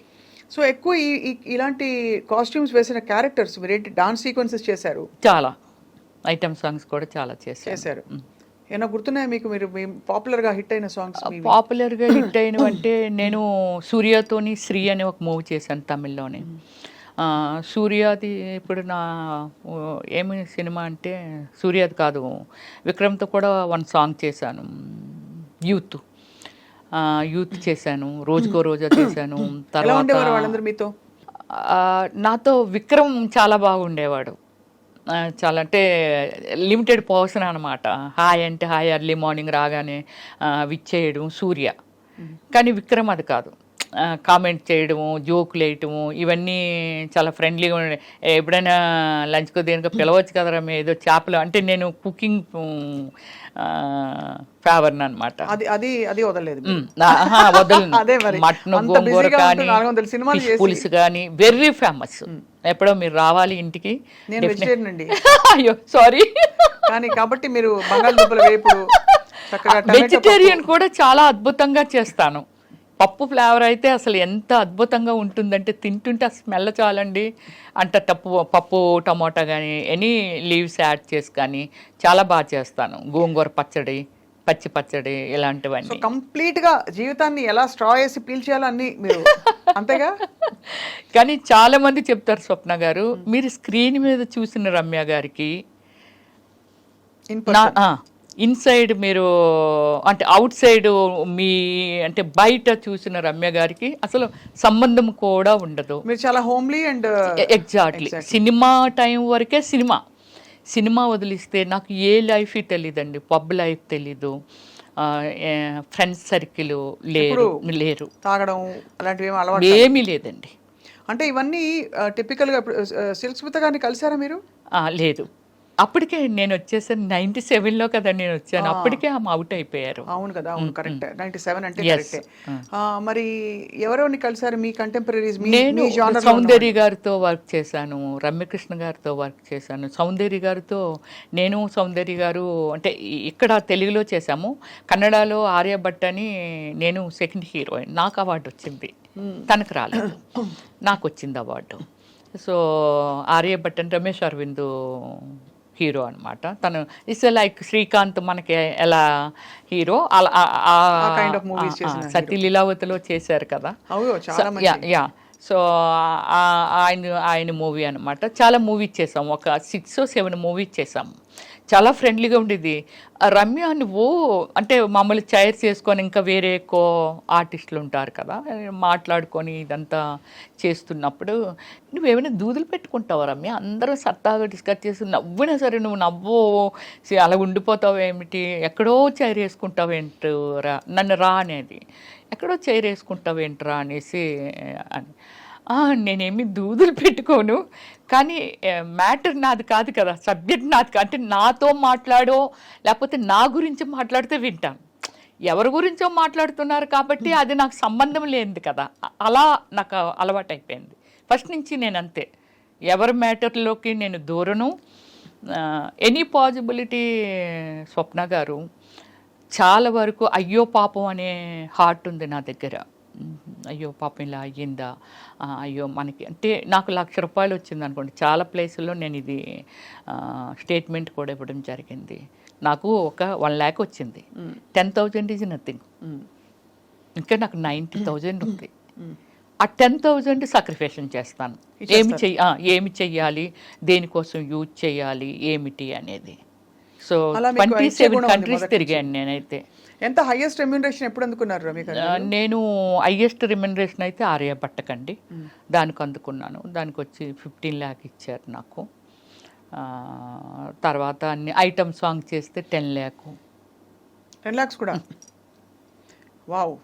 సో అయితే మీరు దాన్ని కెరియర్గా మలుచుకుని దాదాపు వెళుతున్న టైంలో మళ్ళీ మీరు చాలా మంది కమెడియన్స్ పక్కన వేశారు. బ్రహ్మానందం ఆల్ కమెడియన్స్తో, సుమన్ శెట్టితో కూడా చేశాను నేను. ఎలా ఉండేవారు అందరూ? అప్రిషియేటివ్గా అందరూ. నాకు ఎల్బి శ్రీరామ్ గారు నా సినిమాలో కూడా చేశారు కదండి. సో లైక్ ఒక ఫాదర్ లాగా అనిపించేవాళ్ళు. బ్రహ్మానందం గారు, అందరికంటే బ్రహ్మానందం గారితో చాలా ఎక్కువ, హేమ గారి కంటే నేను ఎక్కువ చేస్తుంటాను బ్రహ్మానందం గారితో. బట్ నేనేమిటంటే అంటే అందరికీ తెలుసు చాలా లిమిట్లో ఉంటుంది. రా అమ్మాయి వెళ్ళాడబోదాం, రావచ్చు కదా సరదాగా అని అన్నారనుకోండి, నేను ఏదో ఒక పని పెట్టుకునేదాన్ని. అంటే వేరే స్టేట్లో మనకి బ్రహ్మానందం గారు కానీ అలా రూమ్లో ఏం చేస్తావు, షూటింగ్ చేసి వచ్చి రావచ్చు కదా సరదాగానా అలా అంటే, సార్ నాకు ఇలాగా మాకు తెలిసిన వాళ్ళు ఉన్నారు అంటే, ఇప్పుడు నన్నేమి కొట్టరు అలాగే నేను సఫర్ అయింది బాబు మోహన్ గారితో కానీ. సో అంటే వాళ్ళకి అర్థమైపోయేది ఒక 3 డేస్లోనో ఎప్పుడో 1 డే అంటే ఏదో చెప్పొచ్చు, 3rd డేస్ అలా ఉంటాయి కదా, వాళ్ళకి అర్థమైపోయి ఉండేది ఈ అమ్మాయి కావాలని అవాయిడ్ చేస్తుంది అని. సో అలా ఇప్పుడు నేను చెప్తానండి, హేమా గారు లేకపోతే ఇంకోళ్ళు ఎవరో స్టేట్మెంట్ ఇచ్చారు, బ్రహ్మానందం గారు నా విషయంలో కూడా అలా ప్రవర్తించారండి, బాబు మోహన్ గారు కూడా. ఏ అమ్మాయినే చూస్తారా, మమ్మల్ని చూడరా ఏంటి, అమ్మాయి ఉంటేనే సినిమా ఆడుతుందా అలాగే ఇలాగని చెప్పి నన్ను అవాయిడ్ చేసిన వాళ్ళు వీళ్ళిద్దరు కూడా. ప్రొఫెషనల్గా అంతే అంతే. సో ఒక మామూలుగా పర్సనల్ లైఫ్స్లోకి మేము వెళ్ళామండి, బట్ ఎక్కడో ఒక చోట చదివాను మీకు చిన్నప్పుడే పెళ్ళయ్యి తర్వాత మీరు విడిపోయారని చెప్పి. విడిపోలేదు. అందుకే మీరు ఒకటి అంటే మీరు దానిలో చాలా బెస్ట్ ప్లేస్లో ఉన్నారు కాబట్టి చూడండి, నా మీద ఎక్కడ ఎవరితోనో లవ్లో ఉన్నదనో లేకపోతే వీళ్ళతో డేట్లో ఉందనో లేకపోతే సంథింగ్ నాది ఎక్కడ వినరండి. నాకంటూ కొన్ని మోరల్ వాల్యూస్ ఉన్నాయి, దాన్ని నేను ఎంత రెస్పెక్ట్ చేయాలో అంతే రెస్పెక్ట్ చేస్తాను. నా ఫ్యామిలీ దీన్ని ఏ రోజు స్క్రీన్ ముందుకి నేను తీసుకురాలా. Okay, any interview anything that is my personal life, cinema ఫీల్డ్కి సంబంధం లేనిది. ఓకే, ఫ్యాన్స్ క్యూరియాసిటీ ఉంటుంది ఏమిటి ఏమిటి ఏమిటి అని, బట్ సేమ్ టైం నన్ను ప్రపోజ్ చేసిన వాళ్ళు కూడా అవుట్ ఆఫ్ కంట్రీ, ప్యారిసా లేకపోతే యుఎస్ఆ, పెద్ద పెద్ద డాక్టర్లు వీళ్ళంతా ఉన్నారు. నా పాలసీ ఎలా ఉంటుంది అంటే ఇంతకు మించి అయితే మనం తినలేము. హయ్యెస్ట్ లైఫ్ స్టైల్ అంటే ఇస్ గాడ్ ఇచ్చాడు, ఒక సిస్టమేటిక్గా నేను దాన్ని సెక్యూర్ చేశాను. ఇంకింతకు మించి ఒక బెంచ్ కారు ఎనీథింగ్ లోపల ఇవైతే అవే ఉంటాయి. ఒక లగ్జరీ చూసేసిన తర్వాత ఇంకే కారుకి వెళ్ళిపోయినా అదే ఉంటుంది. 150కి మించి పై వెళ్తే ఏ కారు అయినా అవుటే. నారాయణ గారు అబ్బాయి ఏమయ్యారు అనుకుందాం. అలాంటి చాలామందికి ఇది. అవును, ఇంతకు మించి లైఫ్ ఏంటి, ఇంతకు మించి లైఫ్ లేదు కదా. నేనే ఒక సెక్యూర్డ్గా ఉన్నాను. ఓకే, నాకు డ్రైవర్ ఉంటాడు, 2 పనులు ఉంటారు, మంచి స్టేయింగ్ హోమ్ ఉంది, సో పోనీ ఇంకొక హోమ్ ఉంది, ఇంకేమిటి. అందుకని నాకు అంత అలా వెళ్ళిపోవాలి అని ఏం లేదు. నన్ను అందరికీ తెలుసు, లైఫ్ లైన్లో ఉండాలి. ఓకే, దానికి ట్విట్టర్ ఉంది, ఇన్స్టాగ్రామ్ ఉంది, ఫేస్బుక్ ఉంది. అప్పుడప్పుడు హాయ్ హవ్ యు అని ఏదో విచ్చేస్తూ ఉంటాము. రమేశ్వరి గారు ఇప్పుడు ఇలా ఉన్నారు, ఇప్పుడు మీ ముందుకు వచ్చాను, సో ఇప్పుడు నేను కనిపిస్తాను అంటే ఇంతే తప్ప నేను అత్యాశకి వెళ్ళిపోనండి. అత్యాశ మీన్స్ అన్లిమిటెడ్ అనేది మనిషి పతనమే. అవును, మీరు ఫ్లైట్లో ఎంతసేపు ట్రావెల్ చేయండి, అమెరికా వెళ్ళి భూమి మీద ల్యాండ్ అవ్వాల్సిందే. ఆ పాలసీ ఉంది నా దగ్గర. అది చాలా మంచి పద్ధతి. మీరు అంటే ఫస్ట్ నుంచి ఎంత అండర్స్టాండింగ్ ఉంటే మీరు మిమ్మల్ని మీరు అంటే లీడ్ చేసుకోవడమే కాకుండా మీరు ఇన్ని రంగాలలో ఇంత మీ ప్రతిభను చూపించారు. అదే అంటే సో అయితే మీకు వివాహం అయిందండి? అయింది, చిన్నప్పుడే అయిపోయింది. 13 years ఏజ్కే మ్యారేజ్ అయిపోయింది. కాకపోతే నేను ఎక్కడ రివీల్ చేయలేదు అంతే, అంతకు మించి. ఇప్పుడు మీ వారు ఎక్కడ ఉన్నారు? ఎక్స్పైర్ అయ్యారు. ఎక్స్పైర్ ఒక 2 years బ్యాక్ ఎక్స్పైర్ అయ్యారు. Okay, yeah. సో మరి ఈజ్ లైక్ మై ఫాదర్. స్వప్న చెప్పాను కదా, చాలా రెస్పెక్ట్ ఇస్తాను. ఈరోజు గుడిలో పూజించినట్టుగా పూజిస్తాను ఆయన్ని, చాలా రెస్పెక్ట్ ఇస్తాను. Not a wrong. ఇప్పుడు అతని వల్ల తప్పలేదు, నేను ఎందుకు సఫర్ చేయాలి? నాకు నాకు భయము, ఎంత భయం అంటే లవ్ అంటారు, డేట్ అంటారు, వెనకాల పడతారు. సరే, మన బిజీలో మనం ఉంటాము, ఎంతోమందిని నేను ఫేస్ చేశాను. కృష్ణకుమార్ గారు 15 years గ్యాప్ అండి, ఆమెకి ఫీల్డ్ వదిలేసింది పూర్తిగా. బెంగళూరులో ఆమె పెద్ద ఎస్టేట్ ఉంటుంది, తెలుసు, నేను వెళ్ళానుగా. వెళ్ళారా? ఇంటర్వ్యూ చేశారా? సో లైక్ నా కూతురు వాడిని కేఆర్ విజయ్ గారు అంతే నన్ను పెంచుకుంటామనేవాళ్ళండి. ఆ ఎస్టేట్లో నాకు ఒక అత్త క్యారెక్టర్ చేయాలి, ఆమె అయితే బాగుంటుంది. అక్కడే కదా షూటింగ్ అంతానా, చేస్తే బాగుండు అని అనుకుంటా. అమ్మ ఇప్పుడు మళ్ళీ మేకప్ అయ్యి కూర్చొని వాళ్ళు ఎవరు అడిగినా యాక్సెప్ట్ చేయలేదండి. నేను అడిగాను, ప్లీజ్ మీరు చెయ్యండి బాగుంటుంది మంచి క్యారెక్టర్ అంటే అప్పుడే యాక్సెప్ట్ చేశారు. డైలీ లంచ్ ఆవిడ ఇంట్లోనే, ఆ ఎదురుగానే సావుకార్ జానకి గారు చూసాను ఆవిడ వెళ్ళారా? పుట్టిరు. ఆవిడ కూడా. మేఘా వర్షించి అని ఒక మూవీ అనమాట, అద్భుతమైన మూవీ. అలాగే మలయాళంలో ఒక మూవీ చేశాను, ఆ మూవీకి నాకు అవార్డు వచ్చింది. సో అలాగే ఏమిటంటే వాళ్ళందరూ మాట్లాడుతుండేవాళ్ళు ఈ వీటి గురించి, ఏంటో వస్తున్నారు ఏదో అయిపోతున్నారు. అప్పుడు మన శశికళ గారు ఏదండి ఆమె కాంచనా గారు ఎందుకు అలా మాటల్లో వస్తూ అవతల వెనక వైపు, మీరు స్విమ్మింగ్ పూల్ చూసారటు, చూసాను, అక్కడ కుర్చీలు వేసుకొని కూర్చున్నాం. కూర్చుంటే ఇవన్నీ చెప్పేవారు, వీళ్ళు ఎలాగ అయిపోయారు, అలా అలాగైపోయారు, సావిత్రి గారు ఎలాగ అయిపోయారు, ఇవన్నీ అని. ఏమిటి అని అంటే ఎవరినో నమ్మితే కదా అలాగైంది. ఆమెమో వాళ్ళ బ్రదర్స్ నమ్మి అలాగైపోయిందంట, ఏమేమో అతన్ని నమ్మి. అదొక్కటే మనకి బాగా ఫేమస్ కాబట్టి చేయలే. అలాంటి కొన్ని ల్యాక్స్ ఆఫ్ సిచ్యువేషన్స్ ఉంటాయి. చాలా కరెక్ట్గా చెప్పారు మీరు. అంటే కానీ ఆ వయసులో మీరు అంత తెలుసుకుని దాన్ని అమలుపరచడమే పెద్ద విషయం. అదే గ్రేట్. అదే గ్రేట్. ఎందుకంటే ఒకటి సరే, మీ వారితో మీకు అనుబంధం ఉన్నా, ఒక రెస్పెక్ట్ ఉన్నా, ఏమున్నా కూడా మీరు యాక్ట్ చేయడం ఆయన ఆపలేదు ఎప్పుడు. లేదు, నాకు ఎప్పుడు ఏది అభ్యంతరం చెప్పలేదు. అది గొప్ప విషయం. మీరు కూడా ఇండస్ట్రీకి వచ్చేసి టెంప్ట్ అయిపోయి ఇంకో దారిలోకి వెళ్ళిపోయి, అంటే నేను తప్పు రైట్ అని చెప్పట్లేదు, ఎవరి జీవితానికి వాళ్ళు బాధ్యులు. డెఫినెట్లీ ఇప్పుడు అంత గొప్ప నటీమణుల గురించి మనం మాట్లాడుకున్నప్పుడు వాళ్ళ జీవితం అయ్యో ఇలా అయిపోయిందని మీరు చెప్తున్నారే, అలా కాకుండా మిమ్మల్ని మీరు కాపాడుకోగలిగారు. Actually you don't need anybody in your life, ఫ్రాంక్గా చెప్పాలంటే. నేనే రాజు, నేనే మంత్రి అన్నీ. ఒకటి స్వప్న, నీ మనసులో ఉన్న అడగాలని అడగలేకపోతున్నావు ఏంటో నేనే ఓపెన్గా చెప్తున్నాను. సినిమా ఫీల్డ్లో అంటే not only field, any place pressure ఉంటుంది, sexual pressure, whatever. House వైఫ్లకు కూడా ఉంటుంది, ఇష్టం అది, దాన్ని ఎవరు మీ అభ్యంతరం చెప్పడం లేదు. నాకు ఒక ఐటెం ఇలా కూర్చొని మాట్లాడుతున్నాను స్వప్న, నువ్వు నాకు నచ్చేయచ్చు, లేకపోతే వీళ్ళు చూస్తున్నాను చాలా ఐటమ్స్ ఉన్నాయి, అందులో ఏదో నాకు నచ్చొచ్చు, ఇది నా హార్ట్ స్పందన. అలాగే ఎవరికి ఎందుకు నచ్చమో, ఒక గ్లామర్ ఉన్నప్పుడు వెంకటేశ్వర స్వామి దగ్గరికి ఎందుకు వెళ్తున్నాము, ఆయన ఏమైనా ఇచ్చేస్తున్నారా, ఇస్తారా మనకు తెలియదు, ఇస్తారా ఎవరు, కానీ నచ్చారు. చాలామంది గాడ్స్ ఉన్నారు కదా. కానీ ఐహిక సుఖాలకి దైవిక సుఖాలకి, దైవిక ఆనందానికి తేడా ఉంది కదా. ఉంది. ఎగ్జాంపుల్ చెప్తున్నాను అంతే. అలాగా మనకి ఏమిటంటే మనం నచ్చిన వాళ్ళు పాపం ఎంతో మంది ఉండొచ్చు, దాన్ని ఎక్స్పెక్ట్ చేయడంలో తప్పులేదు, కానీ బలవంతం పెట్టకూడదు. సినిమా ఫీల్డ్లో కలిసి వర్క్ చేస్తుంటారు. ఇప్పుడు 500 కోట్లు 1000 కోట్లు బడ్జెట్లు వచ్చేసాయి, 5 crores అనుకుందాం. 5 crores పెట్టి ఒక మూవీ మేకింగ్ చేసిన ఒక ప్రొడ్యూసర్కి క్రమశిక్షణ ఉండదంటావా? ఒక డైరెక్టర్ తన సినిమా హిట్ అవ్వాలి, అదవ్వాలి, ఇదవ్వాలి అని ఎంత టెన్షన్లో తన క్రమశిక్షణ ఉండదంటారా?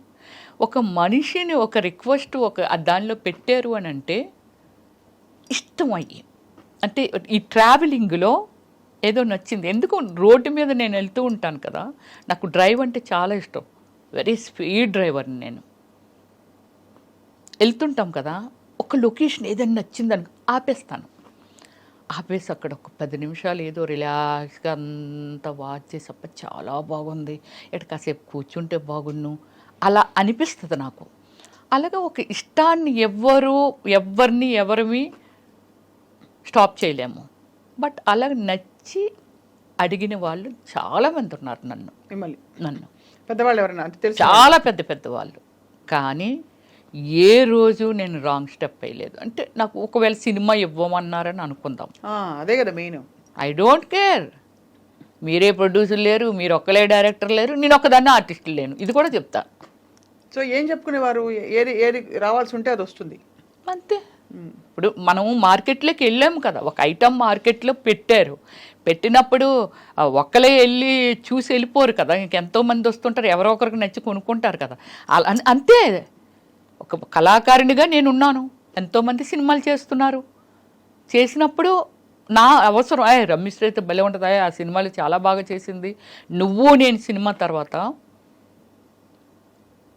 సునీలు నేను మా అదృష్టం ఏంటో తెలియదు, అంత బిజీ అయిపోయాం. డైలీ ఒక 3-4 షూటింగ్స్, ఒక్కొక్కసారి 10 days కూడా నేను నిద్రపోయేదాన్ని కాదు.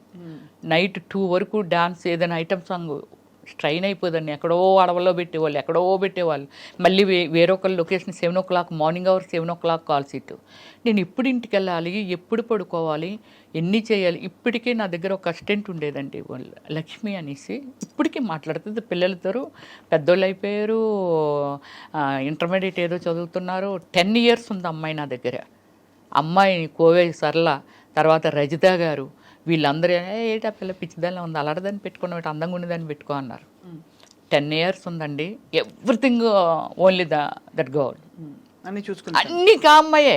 ఎంతమంది సీమరాని ఇచ్చి మంది, సౌందర్య ఇచ్చి మంది, శకిల ఇచ్చి మంది. అమ్మాయిని మేము అమ్మాయి వేస్తుంది, మేము అంతకు 3 ఇంతలు 10 ఇంతలు ఇస్తాం వచ్చి అని అనేవారు.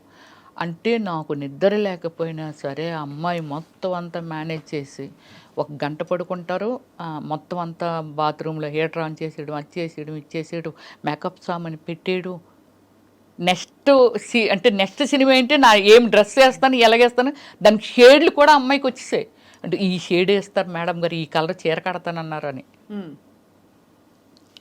అంత బ్యూటిఫుల్ వర్కర్ అండి. ఇప్పటికంతకే నేను మర్చిపోలేకపోయాను. 1 ఎకరం ల్యాండ్ కూడా అమ్మాయికి పండించుకొని ఇచ్చాను మా విలేజ్. వాళ్ళది కొత్త పెళ్ళి, మాది కొత్తూరు, పక్క విలేజెస్ అనమాట. చాలా చిన్నప్పుడు వచ్చింది అమ్మాయి. అమ్మాయిని నన్ను జైల్లో పెడతానని వారు, ఎంత చిన్నపిల్లని వర్క్ లేయడం మా మేడం పంచుకుంటుంది అనేది. అమ్మాయికి 1 acre కూడా ఇచ్చాను స్వప్న నేను.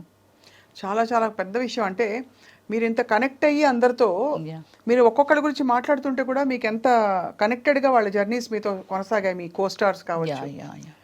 కానీ ఈ మొత్తం జీవితంలో మీరు యాక్చువల్లీ ఏం కోరుకున్నారు, అవన్నీ వచ్చేసాయి.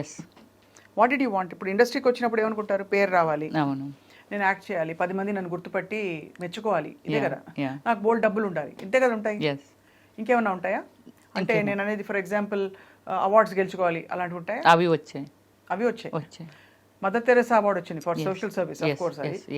అది కాకుండా మీరు maximum number of languages 9 languages. 9 languages. So Telugu, Tamil, Malayalam, Kannada, Oriya, Bhojpuri, Hindi, Punjabi, Bengali. అబ్బా, ఎంత గొప్ప లైఫ్. అది కూడా ఇంత షార్ట్ స్పాన్ లో. ఎగ్జాక్ట్లీ. అదే 7 నుంచి ఇప్పటి వరకే కదా. అంతే. అంటే 26 years లో ఇప్పుడు యాక్ట్ చేస్తున్నారా? ఇప్పుడు అదే నేను పొలిటికల్లోకి వచ్చి చెప్పాను కదా, జగనన్నకి ఇష్టం లేదు సినిమాలంటే అని చెప్పి స్టాప్ చేయడం జరిగింది. బట్ ఇంట్రెస్ట్ ఇంకా చేయాలని ఇప్పుడు మళ్ళీ సెకండ్ ఇన్నింగ్ స్టార్ట్ చేస్తున్నాను నేను. మనకి ఇది నిర్మలమ్మ అమ్మగారు ఎవరైతే ఉన్నారో ఆమె మనకి ఎవరికైనా సరే ఆమెనే ఎగ్జాంపుల్గా తీసుకోవాలి ఎవరైనా. ఎందుకంటే ఆ ఏజ్ వరకు, చనిపోయే మూమెంట్ వరకు ఆమె చేస్తూనే ఉంది. బట్ కళాకారులకి ఇప్పుడు పొలిటికల్ ఆల్సో. సో అయితే కానీ మీరు ఈ క్రమంలో రమేష్ శ్రీ గారు, మీరు వాళ్ళ అందరు యాక్టర్స్ గురించి వినేవాళ్ళు కదా, అంటే వాళ్ళ లైఫ్స్ ఇలాగా, వాళ్ళ లైఫ్ అప్పుడు ఏమనిపించేది? రాంగ్ డెసిషన్స్ తీసుకున్నారు. ఖచ్చితంగా అండి. నేను నా మీలాంటి మీడియా మిత్రులుగా ఉండా కూడా నేను చాలా మందికి, ఎందుకంటే ఇంటర్వ్యూస్ అని ఇండియా గ్రిల్స్ అనేది ఒకటి ఉండేది, ఇప్పుడు ఉందో లేదో నాకు ఐడియా లేదు. ఇండియా గ్రిల్స్ ఎప్పటి నుంచో మొదలు పెట్టేశాను. నాకు అంటే క్యూ కట్టేవాళ్ళు ఇంటర్వ్యూస్కి. ఆ హీరోయిన్లు కూడా వచ్చేవి కాదు ఇంటర్వ్యూస్, అవిని అన్ని ఇంటర్వ్యూ చేసేసేదాన్ని నేను. మీరు ఏం చెప్తారు కొత్తగా వచ్చిన ఆర్టిస్టులకి అంటే, సో కొత్తగా వచ్చిన ఆర్టిస్టులకి ఎవరికైనా సరే ఇప్పుడు వాళ్ళకి ఏం గోల్ ఉంది, ఇప్పుడు ఎంతమంది లైఫ్ని సీరియల్స్లో చేసి ఏదో 1-2 సీరియల్స్ చేసి తర్వాత వాళ్ళ లైఫ్ ఏమైపోతుంది, వాళ్ళు ఏమైపోతున్నారు ఏమిటి, చాలా ఫాస్ట్ థింకింగ్. వచ్చామా, ఒక కారు కొన్నామా, ఒక అపార్ట్మెంట్, దట్స్ ఇట్. దీని తర్వాత ఏమిటి, నెక్స్ట్ వాళ్ళు ఎందులోకో వెళ్ళిపోయి వాళ్ళ కెరియర్ స్మాల్ చేసుకొని, అంటే లాంగ్ టైం ట్రావెలింగ్ ఉండడం వల్ల ఎక్స్టెండ్ అవుతాం, అంతే కదా. అవును, అంతే కదా. సో అది కోల్పోతున్నారు చాలామంది. లవ్ చేయడం తప్పని కదా. ఒకటి నేను అప్పుడే చెప్తుంటాను నేను, రమ్య గారు మీ వెంట ఎంతమంది పడి ఉంటారు, ఎవరు అక్కర్లేదండి. ఆశా సుబ్బలక్ష్మి గారు అని వెరీ ఫేమస్ గ్యాస్ట్రాలజీ. ఒకరోజు నేను అపోలోలో రాఘవ దత్తా గారు అనేసి ఆయన దగ్గరికి, నేనే డాక్టర్ అంటారు అందరూ, నేనే ఎదురు చెప్తూ ఉంటాను అన్నీని. ఎవ్రీ 6 monthsకి హెల్త్ చెకప్ చేయించుకుంటాను. చేయించుకొని ఇంకా ఎక్స్ట్రా ఈ హెల్త్ చెకప్లో ఏవి రాలేదనేది నేను గూగుల్లో సెర్చ్ చేసి మళ్ళీ పర్సనల్గా వెళ్ళి చేయించేసుకుంటూ ఉంటాను. అమ్మ నీకు ఇక్కడ ఒక విగ్రహం కట్టాలి అపోలో హాస్పిటల్ ముందుని. ఎంత సెన్సిటివ్ ఏంటి రమ్య, మా వాళ్ళకి అందరికీ లేకపోతే నీకు ఒక పేపర్ ఇచ్చి ఎక్స్ప్లెయినర్లుగా మార్చాలి నిన్ను అక్కడ ముందు కూర్చోబెట్టి అని చెప్తూ ఉంటారు అక్కడ CEO గారు కానీ ఎవరైనా సరే. వెళ్ళిపోతున్నాను, ఆశ సుబ్బలక్ష్మి గారు వెళ్తున్నారు. రమ్య గారు మీరు ఎంత అందంగా ఉంటారు కదండి, మీ వెనకాతలు ఎవరు పడరా అని అడిగింది. ఇలా రెక్క పట్టుకొని లాగింది, నేను చూడలేదు అంటే సీరియస్గా వెళ్ళిపోతూ ఉంటాను అనమాట. సో ఇలా రెక్క పట్టుకొని ఇలా లాగింది. ఏమండి ఇంత బాగుంటారు, అసలు మీ వెనకాతలు ఎవరు పడరా అని అడిగింది.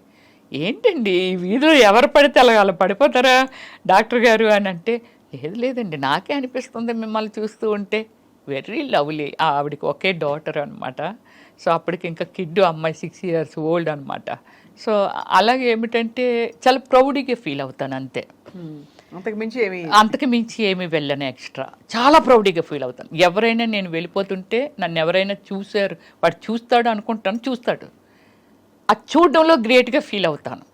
మళ్ళీ వేరే సెకండ్ థాట్ ఏమీ ఉండదు నాకు. ఫీల్ అవుతాను. చాలా ఆనందం ఉంది. ఇంకొక విశేషం ఏంటంటే మీరు 9 భాషల్లో నటించి ఇంత తిరిగేసి అంతా చేశారు, కానీ మీ ఊరి భాష ఎక్కడ పోలేదు. లేదు, ఉత్తరాంధ్ర భాష ఇది కూడా మీకు చెప్పాలి. ఎంతమంది అడిగారు తెలిసిన, ఏంట్రా మీ స్లాంగ్ మార్చవేంటి, ఎందుకు స్లాంగ్? నేనన్నా ఎందుకు మార్చాలి అన్నా, తల్లిని మార్చినట్టుగానే కదా. అవును, మీ ఊరి భాష, మీరు పుట్టి పెరిగిన వాతావరణము, దీన్ని ఎందుకు మార్చాలి అంటాను నేను. ఎందుకు మార్చను నేను అనేదాన్ని. చాలా మొండిగా, నీ రూపం చూస్తే నువ్వు చూస్తే అసలు నీకు తెలుగు వచ్చా, ఎక్కడో నార్తమ్మా ఇవి ఇలా అనుకుంటాము. అంటే చాలా ఉంది, మీకు తెలుగు వచ్చా మేడం అని అడుగుతారు. బట్ నేను మాట్లాడేది స్వచ్ఛమైన తెలుగు, మా లాంగ్వేజ్. అదే మీ లాంగ్వేజ్. శ్రీకాకుళం యాడ్ అవుతుంది, శ్రీకాకుళం భాష బాగా వినిపిస్తుంది, యాడ్ అవుతుంది. అలాగే విజయనగరం, బొబ్బులి, విజయనగరము, ఇలా అన్ని విజయనగరం అని పలుకుతాం. విజయనగరం అనేసరికి తెలిసిపోయింది. అది ఆ స్లాంగ్ నేను వదలను, నాకు నచ్చదు. ఇప్పుడు మీ వాళ్ళంతా అక్కడే ఉన్నారా? అంత అక్కడే ఉన్నారు. నేను ఒక్కదాన్ని. మీరు ఎంతమంది అక్క చెల్లెళ్ళు రమేష్? Brothers sisters 6 members. మాది అంతే, మాకు తెలిసినప్పటి నుంచి మాదంతా సెటిల్ ఇన్ విశాఖపట్నము. సో నా బ్యాక్గ్రౌండ్ అంటే నేను పెరిగిందంతా చెప్పాను కదా, అమ్మమ్మ వాళ్ళ ఊర్లో పెరిగాను. సో అందువల్ల ఏమిటంటే నేను 10th class అయిపోయిన తర్వాత సిటీకి వచ్చాను నేను. సో అది అయిపోయిన తర్వాత కొన్నాళ్ళు అంటే ఇంటర్మీడియట్ డిస్కంటిన్యూ చేశాను, చాలా ప్లేస్లో చెప్పాను కూడా, ఇటు వచ్చాను. డాక్టరేటే వచ్చేసింది కదా? వచ్చింది. అదే కాబట్టి అన్నిటిని మించిపోయిన ఆ చదువు అది అందుకేనండి వెరీ ప్రౌడ్గా ఫీల్ అవుతాను. ఇంకేముంది సాధించడానికి ఈ లైఫ్లో అనేది, ఒక పొలిటికల్లే నేను ఎమ్మెల్యే అనిపించుకోవాలి అనేది ఒకటి నాకు టార్గెట్ ఉంది. ఎమ్మెల్యే అనిపించుకోవాలి. నేను ఇచ్చిన సర్వీసు అంటే మనం ఒకటి చెప్తామండి, విగ్రహాలుగా ఒక NTR గారు, రాజశేఖర్ రెడ్డి గారు, లేకపోతే ఎంతోమంది అల్లూరి సీతారామరాజు గారా, లేకపోతే గాంధీ తాత గారా, లేకపోతే ఇలా ఉన్నారు. నా రేంజ్కి ఏది ఇచ్చినా ఆ రేంజ్లో నేను నిలబడాలనేది నాకు ఒకటి ఉంది. అది మీకు ఏది ఇచ్చినా మీరు దానిలో బెస్ట్ చేయాలని, ది బెస్ట్ చేయాలనేదే నా కోరిక అనమాట. అది. సో రమేష్ గారు, ఇన్ని మన డీప్ విషయాలు మాట్లాడాం. ఎన్ని డ్రెస్సులు, ఎన్ని చీరలు ఉంటాయండి మీకు? నాకు సారీస్ అంటే ఒక 1000 above ఉంటాయి. అంటే చాలాన్ని కట్టకుండానే చాలా మందికి సూట్ కేసులతో ఇచ్చేస్తూ ఉంటాను. ఎందుకలా? నాకు ఇంకా కట్టే అవసరం రాలేదు, చాలా కాలం అయిపోతుంది. మా పెద్దొదిన గారు ఎవ్రీ ఇయర్ చీర పెడతారు. అది ఆ చీరలు నేను ఎప్పుడైనా టచ్ చేశానో లేదో కూడా నాకు తెలియదు. అలాగే నేను కూడా కొనేస్తాను పిచ్చిగా. అవి నేను కట్టే అవకాశం రావట్లేదు నాకు. డ్రెస్లే వస్తారు, ఎక్కువ డ్రెస్సులే. కానీ కట్టే అవకాశం వచ్చినా ఎలాంటివి కడతాం మనము, ఏదైనా డిజైనింగ్ వేరు కడతాము, అదే ఎక్కడికి వెళ్ళినప్పుడు కడతాము, ఏదో పార్టీ వేరు వెళ్ళినప్పుడు కలుస్తాం, ఏదో ఒక ఫంక్షన్ ఉంది లేకపోతే ఒక ఆడియో ఫంక్షన్ అక్కడ కట్టింది మళ్ళీ ఇంకోసారి కట్టము. ఇవన్నీ ఏం చేస్తాను, ఎవరైనా గిఫ్ట్లు ఇచ్చినవి ఉంటాయి, దేనికైనా పిలిచినప్పుడు కానీ ఇవన్నీ గిఫ్ట్లు ఇచ్చినప్పుడు ఏం చేస్తానంటే అవి తీసుకుంటాను. పోచనపల్లి వెళ్ళాం, అక్కడ ఏవో చీరలు ఇస్తారు, ఒక 3-4 ఇవి చాలా బాగుంటాయండి కలర్ అనేసి. ఎవరైనా వాళ్ళ ఇంటికి పిలిస్తే వెళ్ళామనుకోండి, వాళ్ళు చీర పెడతారు. ఇవన్నీ ఏం చేస్తానంటే ఒక 3 ఏళ్ళలో ఎన్నేళ్ళు చూసుకుంటూ ఉంటాను, ఇవి పెరిగిపోతూ ఉంటాయి. సో దానికోసమని ఏం చేస్తానంటే ఎవరికైనా సూట్ కేసులకి ఎత్తి మా సిస్టర్స్ ఇంకా పక్కోలో లేకపోతే వాళ్ళు వీళ్ళు ఈ మేనకమ్మకి 4 చీరలు ఇచ్చి, లేకపోతే ఈవిడికి మా సిస్టర్ వాళ్ళ ఇంట్లో పని చేసిన వాళ్ళకి ఇలా పంచుతూ ఉంటాను. ఒక 4 వేసి 5 వేసి చీరలు. రెగ్యులర్ షాపింగ్ హెల్దీ చేస్తారా? రెగ్యులర్ షాపింగ్ హెల్దీగా భోంచేస్తారా? అర్లీ అంటే అది నాదంతా పెద్ద సిస్టమ్ అండి. ఒక 2 hours సెటిల్ ఆడతాను. వన్ డే అంటే ఈరోజు సెటిల్ ఆడాను అనుకోండి, రేపు సెటిల్ ఆడను. స్విమ్ చేస్తాను, జిమ్కి వెళ్తాను. జిమ్కి వెళ్ళి మీకు ఒక పెద్ద ఇది చెప్పాలి. జిమ్కి వెళ్తాను కదా, చిరంజీవి గారు, రామచరణ్ గారు, ఉపాసన అందరూ దానికి, విష్ణు అందరూ ఆ జిమ్కి ఉపాసన పెట్టింది మా ఇంటి దగ్గరే. జిమ్కి వెళ్తే చిరంజీవి గారు ఒకసారి నన్ను అడిగారు, అంటే ఎర్లీ మార్నింగ్ ఏమైనా జిన్ను కొట్టేసి వచ్చేస్తావాట అందరూ అంటున్నారు, మంచి స్టామినా సార్, అన్నిటిలోకి దూరిపోతుంది ఇవిడి. యోగా, జంబా, ఏరోబిక్స్, ఫిట్నెస్ మొత్తం అన్ని, మళ్ళీ స్విమ్మింగ్కి వెళ్ళిపోతాను. షవర్ తీసుకొని 11-11:30కి ఎప్పుడో ఇంటికి వెళ్తాను కూల్గా. సెటిల్ ఆడిన రోజు ఒక్కరోజే ఇంటికి ఎర్లీగా వెళ్ళిపోతాను. 4కి లేస్తాను నేను ఎప్పుడు, రోజు. అది అలారం అక్కర్లేదు, ఏం అక్కర్లేదు, 4కి వచ్చేస్తారు. పిట్టలు అరవక ముందు నేను లేచిన తర్వాత పిట్టలు అరుస్తూ ఉంటాయి. ఏం చేస్తారు లేచి ఫస్ట్ యోగా, కొంచెం ఫిజికల్ యాక్టివిటీస్, ఇవన్నీ. కాఫీ టీ తాగను, కర్డ్ కూడా రేరు, బటర్ మిల్క్ తాగుతాను. కాఫీ టీ మంచి నాన్ వెజ్ ప్రియురాల్ని. అలాని వీక్లీ వన్సే, ఫ్రైస్ కూడా కాదు. సో అయితే మీరు జిమ్ ఇప్పటికే వెళ్తున్నారు? ఆ జిమ్కి ఏది మానేను నేను, ఏది మానేను. ఇప్పుడు లెగ్స్ ఇలా స్ప్రెడ్ చేస్తాను, బ్యాక్ బెండ్ చేస్తాను, లెగ్ ఇలా స్కై ఇది చేస్తాను, అన్నీ చేస్తాను నేను ఇప్పటికీ కూడా. అసలు వింటుంటే ఒక మనిషి జీవితం గురించి వింటున్నట్లేదు. మీరు దాన్ని చెప్తుంటే ఒక నలుగురు రమ్యశ్రీలు మీలో ఉండి వాళ్ళందరూ కలిసి ఒక రమ్యశ్రీగా తయారైనట్టు. అంటే you have achieved so much in a short span. And మీకు ఇష్టం వచ్చినట్టు మీ టర్మ్ ఎప్పుడు నవ్వుతూనే ఉంటాను. నన్ను నేనే ప్లాన్ చేసుకుంటాను, ఎవరి హ్యాండ్లోనూ పెట్టండి, నాకు నచ్చదు. ఎప్పుడైనా దిగాలేసి ఏడుస్తారా? ఎప్పుడైనా? నాకు అసలు ఏడిపే రాలేదు ఎప్పుడు. మన వల్ల ఇతరులు ఏడ్చారా ఎప్పుడైనా? అది కూడా లేదండి. అది ఇంకా నేనేమైనా ఫీల్ అయిన డే చెప్పాను కదా, 5 కోట్లు అలా పోయినా ఎవరితో నేను షేర్ చేసుకోను. నా ఫ్యామిలీ కాదు, బ్రదర్స్ కాదు, ఎవరితోనూ పంచుకోను. నన్ను ఏదైనా రిక్వెస్టింగ్, ఏదైనా హెల్ప్ అడిగారు అనుకోండి, వీలైనంత వరకు చేయటానికే ట్రై చేస్తాను. చాలా చేసేసాను నేను, బ్యూటిఫుల్, చాలా చేశాను. సొసైటీకి ఎలా చేస్తాను, నా ఫ్యామిలీకి కూడా అంతే చేస్తాను. ఎవరినైనా నాకు తెలియకుండా వెళ్ళి నేను అడ్రస్లు ఇస్తాను, మీరు ఎంట్రీ చేసుకోవచ్చండి. చిన్నప్పటి నుంచి అంటే నాకు ఏదైనా అనిపించింది, ఇప్పుడు ₹1 కోటి లేకపోతే 2 కోట్లు నా ప్రాపర్టీ ఏదో అమ్మేశారు అనుకుందాం, నేను ఎందుకు అమ్మారని కూడా అడగను. దాన్ని అయిపోయింది, అది రిపీట్ చేయను మళ్ళీ. బాబోయ్, మీలా ఉండడం చాలా కష్టం. ఎవ్వరా అమ్మేసావు కదా ఎవ్వరా అని కూడా, గాడ్ ప్రామిస్లీ నేను ఎప్పుడు ఎవరిని అడగలేదు. అమేజింగ్, చాలా చాలా అమేజింగ్ క్వాలిటీస్. చాలా అమేజింగ్గా మీ లైఫ్ని మీరు ప్లాన్ చేసుకున్నారు రమ్యశ్రీ గారు. ఫస్ట్ మీరు అసలు సాహస వనిత. మా ఇంటికి వస్తే మీకు తెలుస్తుందండి, it's like 7 star above my బెడ్రూమే కాదు, హాలే కాదు, డైనింగ్. కూర్చున్నాను అంటే అంత పీస్ఫుల్గా ఉండాలి. బెడ్రూమ్లోకి వెళ్తే ఒక స్వర్గలోకంలోకి వెళ్ళట్టు. అయితే మీరు ఎప్పుడు కాదనను అన్నారు కాబట్టి, ఎప్పుడైనా మీరు అనుమతిస్తే వచ్చి మీ ఇల్లు చూస్తాం. అయ్యో షూర్, డెఫినెట్లీ. అది ఇంకొక ఇల్లు విల్లా కట్టుకుంటున్నాను, కన్స్ట్రక్షన్ అవుతుంది. 5 monthsలో చేంజ్ అయిపోతాను.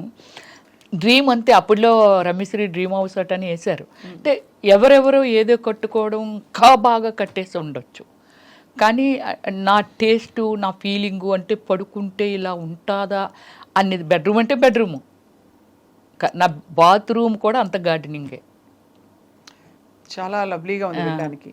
వాష్రూమ్ కూడా వాష్రూమ్ లాగా ఉండదు, అన్ని వాష్రూమ్స్ ఒక మంచి ఒక బెడ్రూమ్ కంటే మించి ఉంటాయి వాష్రూమ్స్. అలా అంటే అది నాకు ఇష్టం అనమాట. మీరు అసలు ఇవన్నీ కాదండి, మీకు ఇష్టం వచ్చిన టర్మ్స్ మీద మీరు బతకడం, అదే ఎగ్జాక్ట్లీ అదే చాలా ఇక్కడ రిమార్కబుల్ థింగ్. ఎగ్జాక్ట్లీ అండ్ చాలా చాలా inspiring for so many people watching. Yeah and చాలామంది మహిళలకు మీరు ఇచ్చిన అడ్వైజ్ ఇవాళ ఏంటంటే మీ డెసిషన్స్ మీరే తీసుకోండి. ఎస్ అండ్ ఎవరికి ఏవి చెప్పది మనం అబలలు కాము సబలలు అని చెప్పి. అంతే. అంతేగా. ఎక్కడున్నాం స్వప్న గారు? ఎగ్జాంపుల్ మీరే చెప్తున్నాను నేను. మీ ఇంటర్వ్యూ అంటే చాలామంది అంటే నేను మిమ్మల్ని పొగట్టలేదు, నేను ఫ్రాంక్గా చెప్తున్నాను. మీ ఇంటర్వ్యూ, స్వప్న ఇంటర్వ్యూ అంటే చాలా జెన్యూన్ ఉంటుంది, చాలా అసలు ఎంత బాగా మాట్లాడుతుంది, అడుగుతుంది, చాలా హోమ్లీ ఉంటుంది. ఇలాంటివి నేను ఎప్పుడో విన్నివి, ఎప్పుడో నేను విన్నాను అంతే. సో అలా అంటే ఏమిటంటే నేను కూడా నా సెల్ఫ్ డిసిషన్స్ ఏనండి అన్నీని. ఒకరి వల్ల ఏడవకూడదు, ఒకరి వల్ల నవ్వకూడదు, అంతే. టీవీ ఒక 10 రోజులు చూడకపోయినా ఆశ్చర్యపోవక్కర్లేదు, నాకు టైం దొరకలేదు అంతే. ఎవరైనా ట్రోల్ చేశారా మిమ్మల్ని ఎప్పుడైనా? చేయలేదు, చేయలేదు, ఇప్పటి వరకు లేదు. చేయలేదు. ఏంటి శ్రీరెడ్డి గారి గురించి మాట్లాడినప్పుడే నన్ను చేయలేదు, నన్ను ఏం అనలేదు ఆమె. అంటే నేనేమంటానంటే అండి, ఇప్పుడు శ్రీరెడ్డి అనే ఒక వ్యక్తి ఉంది, ఆమె పర్సనల్ లైఫ్, అవును అంతే, తన ఆమెది, ఇట్స్ హర్ చాయిస్, అంతే ఆమె చాయిస్. ఆమె ఎలా ఉండాలని డిజైన్ చేసుకుందో అందులో వెళ్ళిపోతుంది. నష్టము లాభం ఆమె ఫేస్ చేస్తుంది, నాట్ టు యూ అండ్ మీ, అంతే కదా. సో అలాంటప్పుడు నేను ఒకటే పాయింట్ ఆమె గురించి మాట్లాడమంటే చెప్పాను. తప్ప రైట్ అనేది నిర్ణయం తీసేసుకుంది, అయిపోయింది. దాని గురించి మనం ఆర్గ్యూ చేసా అనవసరం. కానీ ఫీల్డ్లో ఇలా ఉంటారనుకుంటే చాలా తప్పు. పాడైపోవడమైనా పట్టమైనా మనమున్నాము. సొసైటీ నుంచి నువ్వేం తీసుకుంటున్నావు, అంటే నీకేం కావాలి, ఏం తీసుకుంటున్నావు, దాన్ని బట్టి మనం ఫెయిల్యూర్ ఆర్ సక్సెస్ అనేది తెలుస్తుంది. ఆమె ఆ పాయింట్ తీసుకుంది. నన్ను వాళ్ళు వేధించారు, వీళ్ళు పడుకోమన్నారంటే పడుకోకూడదు. నీకు పడుకోవడం ఇష్టం లేకపోతే పడుకోవడం మాని. దాన్ని ఓపెన్ చేయడం వల్ల నష్టం లాభం ఆమె భరించింది. ఖచ్చితంగా లేదండి. అంటే నేను ఈ విషయంలో తను ఒక పాయింట్ని లేవనెత్తడం, మీకు ఆ ఎక్స్పీరియన్సెస్ అవ్వలేదేమో, మీరు చాలా అదృష్టవంతులు. అలా అయిన వాళ్ళకి ఖచ్చితంగా ఎలా డీల్ చేయాలో అనేది తన స్టోరీ ఓపెన్ అప్ చేసి అలా చెయ్యడం తప్పన్నాను నేను. అది కరెక్ట్. ఏదైతే ఆమె చేసిందో అది చేయడం తప్పు. పోరాడు, నిన్ను నువ్వెందుకు కించిపరుచుకోవాలి, అర్థమైంది. అదే అంతే కదా. ఎందుకంటే తర్వాత బాధలు వాళ్ళకే కదా, కాబట్టి అది రైట్. గుడ్ ఆర్ బ్యాడ్ మనం తీసుకుంటాము. ఏముందండి, పండు ఉంది చెట్టునంటే రాయి ఇసరటందుకి, పండు లేని చెట్టుని ఎవ్వరు ఏమి కొట్టరు, పండుని దగ్గర రాళ్ళు అందరూ ఇసురుతుంటారు. బట్ దాన్ని ఏమిటంటే జాగ్రత్తగా మళ్ళీ ఆ పండు రాలిపోయినా చివరిస్తుంది, మళ్ళీ అన్నీ అవుతుంది, అన్నీ చేస్తుంది. కాకపోతే డిసిషన్ ఈజ్ రాంగ్ అంటాను అంతే. ఆమె ఒక ఎగ్జాంపుల్, నువ్వు చేసింది ఇలా జరుగుతుంది, ఇది తప్పు, ఇలా చెయ్యకూడదు, ఇలా బిహేవ్ చేస్తున్నారు అనేది అలా చెప్పుంటే ఇంకా చాలా దూరం వెళ్ళి ఉండేది అది.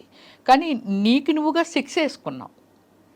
అంటే అది చాలామందికి తప్పుకి రైట్కి మధ్య ఉండే ఒక ఏమంటారు క్లారిటీ లేకపోవడం. అది బికాస్ చాలా మంది ఇరుక్కుపోతారండి ఆ సిచ్యువేషన్ లో. ఎలా చేసింది ఆమె. మీకు మోడలింగ్ కోసం వాళ్ళు తీసుకెళ్ళినప్పుడు మీరు ఎలా అయితే కార్ లో ఇరుక్కుపోయారు, ఇక్కడ పరిస్థితి ఒక సిచ్యువేషన్ క్రియేట్ అయ్యి ఇరుక్కుపోయిన వాళ్ళు చాలా మంది ఓపెన్గా చెప్తారు. ఒకసారి నాకు ఏమైందో తెలుసా, నేను చెన్నైలో షూటింగ్లో ఉన్నాను. 10 డేస్లో షెడ్యూల్ అయిపోతుంది అనుకునేది 13 డేస్ పెట్టింది, 3 డేస్ ఎక్స్ట్రా పెట్టింది. కొంచెం డిస్టర్బ్ అయ్యారు, లాంగ్ షెడ్యూల్ కదా. నాకు ఇంట్లో ఒక సర్వెంట్ ఉండేది, నాతో పాటు ఒక ఆమె వచ్చేది, ఒక ఆమె ఉండేది, ఇంట్లో ఉండిపోయేది. అమ్మ ఎవరో వస్తున్నారు, మీ ఫోటోలు అంట అవి అంటే నేను ఎప్పుడు మాట్లాడగలను, నైట్ ఈవినింగ్ వరకు స్ట్రైన్ అయ్యి వస్తాం, నైట్ పడుకునే ముందంటే చిరాకు కొట్టేది, అర్లీ మార్నింగ్ అంటే మేకప్ అది ఇది అంతా హడావుడి. ఇలా దాంతో అమ్మ వాళ్ళు ఈరోజు కూడా వచ్చారనేది, అరే మాట్లాడతానులే అనేదాన్ని. ఇలా అని చెప్పి ఫోటోలు కావాలటమ్మ, వాళ్ళు ఏదో సినిమా తీస్తున్నారంటే నన్ను తెలుసు కదా, అప్పటికే నేను బాగా ఫేమస్ అయిపోయాను. ఫోటోలు అంటున్నారమ్మా అది ఇది అని అంటే, సరే నేను వస్తాను చూసుకుంటానులే అని అన్నా. వచ్చాను కదా, వచ్చిన తర్వాత ఒక అతను వచ్చాడు, అమ్మ మీ ఫోటోలు కావాలమ్మా అంటే ఆల్బమ్ అది నాకేమీ లేదు బాబు ఆల్బమ్లు అవిని. రమ్యశ్రీ ఎవరంటే చెప్తారు కదా. అంటే ఇప్పుడులాగా మనమేమి ఎక్కడ చర్చ చేస్తే దొరకవు కదా. ఎవరిని అడిగినా చెప్తారు రమ్యశ్రీ ఎవరంటే. ఇప్పుడు నన్ను ఆల్బమ్ అది అడుగుతా అంటే సరే ఫోటోలు ఉన్నాయిలే అని కొన్ని ఇచ్చా. పట్టుకెళ్ళిన తర్వాత వాళ్ళ అబ్బాయిని పంపించిందండి ఆవిడ. ఇప్పుడు ఆవిడ కూడా కళాకారిణి, కానీ ఆవిడ కళాకారిణి అనేది నాకు నిజంగానే తెలియదు. ఆ ఫోటోలు ఇచ్చి అంటే నాకు టైం దొరికినప్పుడల్లా అడుగుతూ ఉండేదాన్ని. సో ఆమె ఎప్పటికీ ఫొటోస్ ఇవ్వట్లేదు. రెండమ్మ తీసేసుకుందరు అంటే గోల్డ్ స్పాట్ కంపెనీ ఉండేది, ఐడియా ఉందా అమీర్పేట దగ్గర? దాని ఆపోజిట్ గల్లీ. అంటే లైఫ్లో కొన్ని మనము ఫేస్ చేసి అవి మనకి ఎప్పటికీ మెమరీ. మీ రూపాన్ని నేను చూశాను, నాకు ఎప్పటికీ చనిపోయేంత వరకు మీరు ఎక్కడొకక్కడ టచ్ చేస్తూనే ఉంటారు ఇక్కడ. సో సరే ఏంటి ఇవిడి ఎవరిని పంపినా ఫోటోలు ఇవ్వట్లేదేంటి అని చెప్పి అటువైపే వెళ్తూ మారెడ్డి గారు, నేను అప్పుడు రెంట్కు ఉండేదాన్ని స్వప్న అరోరా కాలనీలో. తర్వాత ఆయన దగ్గరే హౌస్ కొనేసుకున్నాను, ఇప్పుడు అమ్మేశాను కూడా అది. ఆయన అమ్మ రా అమ్మ నేను అట్టే పోతున్నానులే తీసుకెళ్తాను, ఆడపిల్లవి నువ్వు. నాకు డ్రైవింగ్ రాదు కదా, నాకు జన కారు ఉండేది కానీ డ్రైవింగ్ రాదు. వెళ్ళా, అయితే అక్కడ పెద్ద ఒక హంగామా ఉంది. డ్రింక్ చేసేవాళ్ళు, తినేవాళ్ళు, ఒక 6-7 మగవాళ్ళు, వీళ్ళంతా. ఈ వాతావరణం నిజంగా నాకు తెలియదు. ఏంటమ్మా వీళ్ళు ఇలా తాగుతున్నారు, వీళ్ళు ఏంటి, వీళ్ళు ఇదేంటి అలా అనుకున్నాను. సరే నా ఫొటోస్ ఇచ్చి వెళ్ళిపోతాను అన్నా. అంటే ఏమిటో కథ చెప్పింది, నా కూతురు అలాగైపోయింది, నేను అతనికి 2వ భార్య, అతను ఎవరో తెలియదు, నాకు ఏదో చెప్తుంది, నువ్వు హెల్ప్ చేయాలంటే ఏ విధంగా చేయాలి అన్నాను.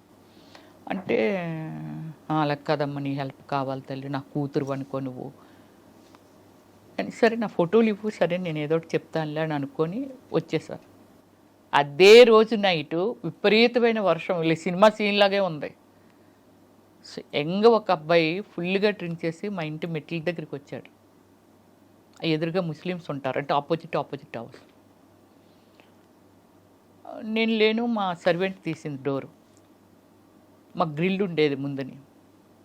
తీస్తే అబ్బాయి వచ్చి అమ్మ నా రింగ్ పట్టుకొచ్చేసారు కదా ఇచ్చి అండి అన్నాడు. మీరు నేను తీసుకురావడం ఏంటి,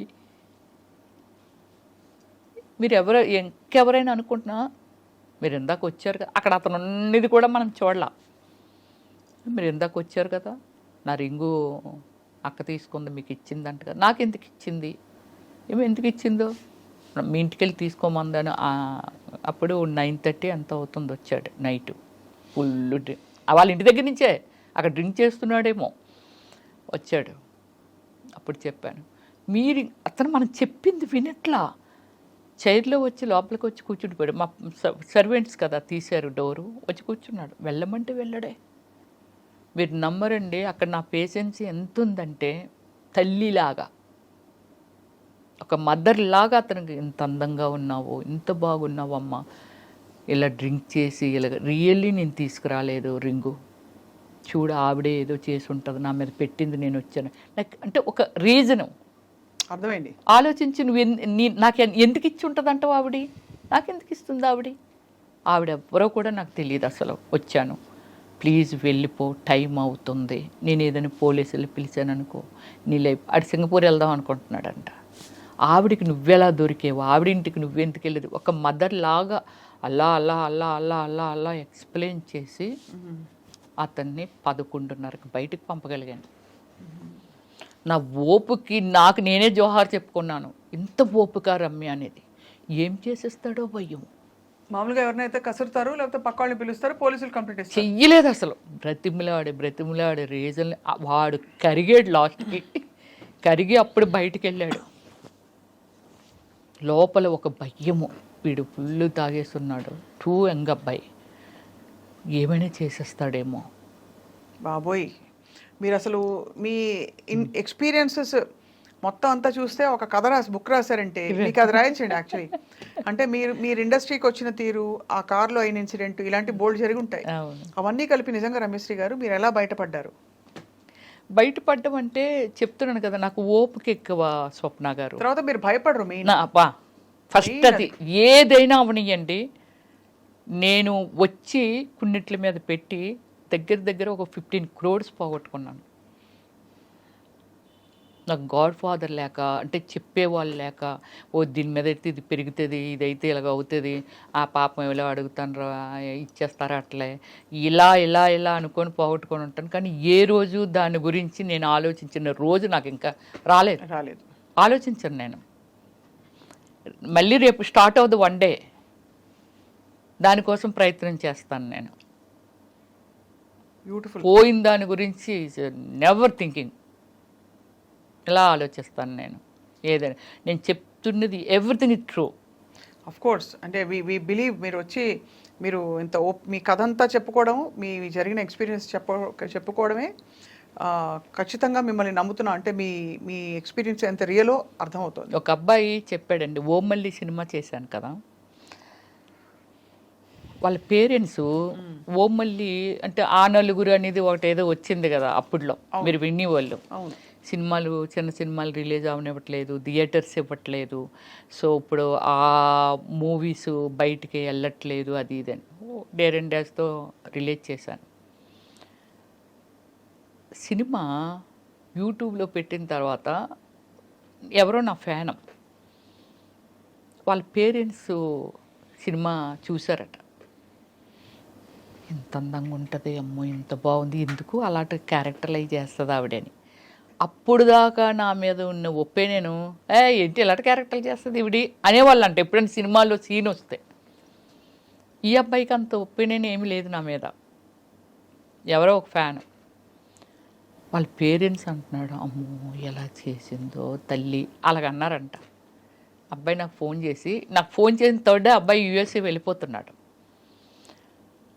ఫోన్ చేసి నాతో చెప్తాడు, ప్లీజ్ మేడం అలాంటి క్యారెక్టర్ చేయకండి, నా పర్సనల్గా ఫీల్ అయ్యి చెప్తున్నాను, very very extraordinary human being, అన్ని షేడుల్లోనూ మీరున్నారు,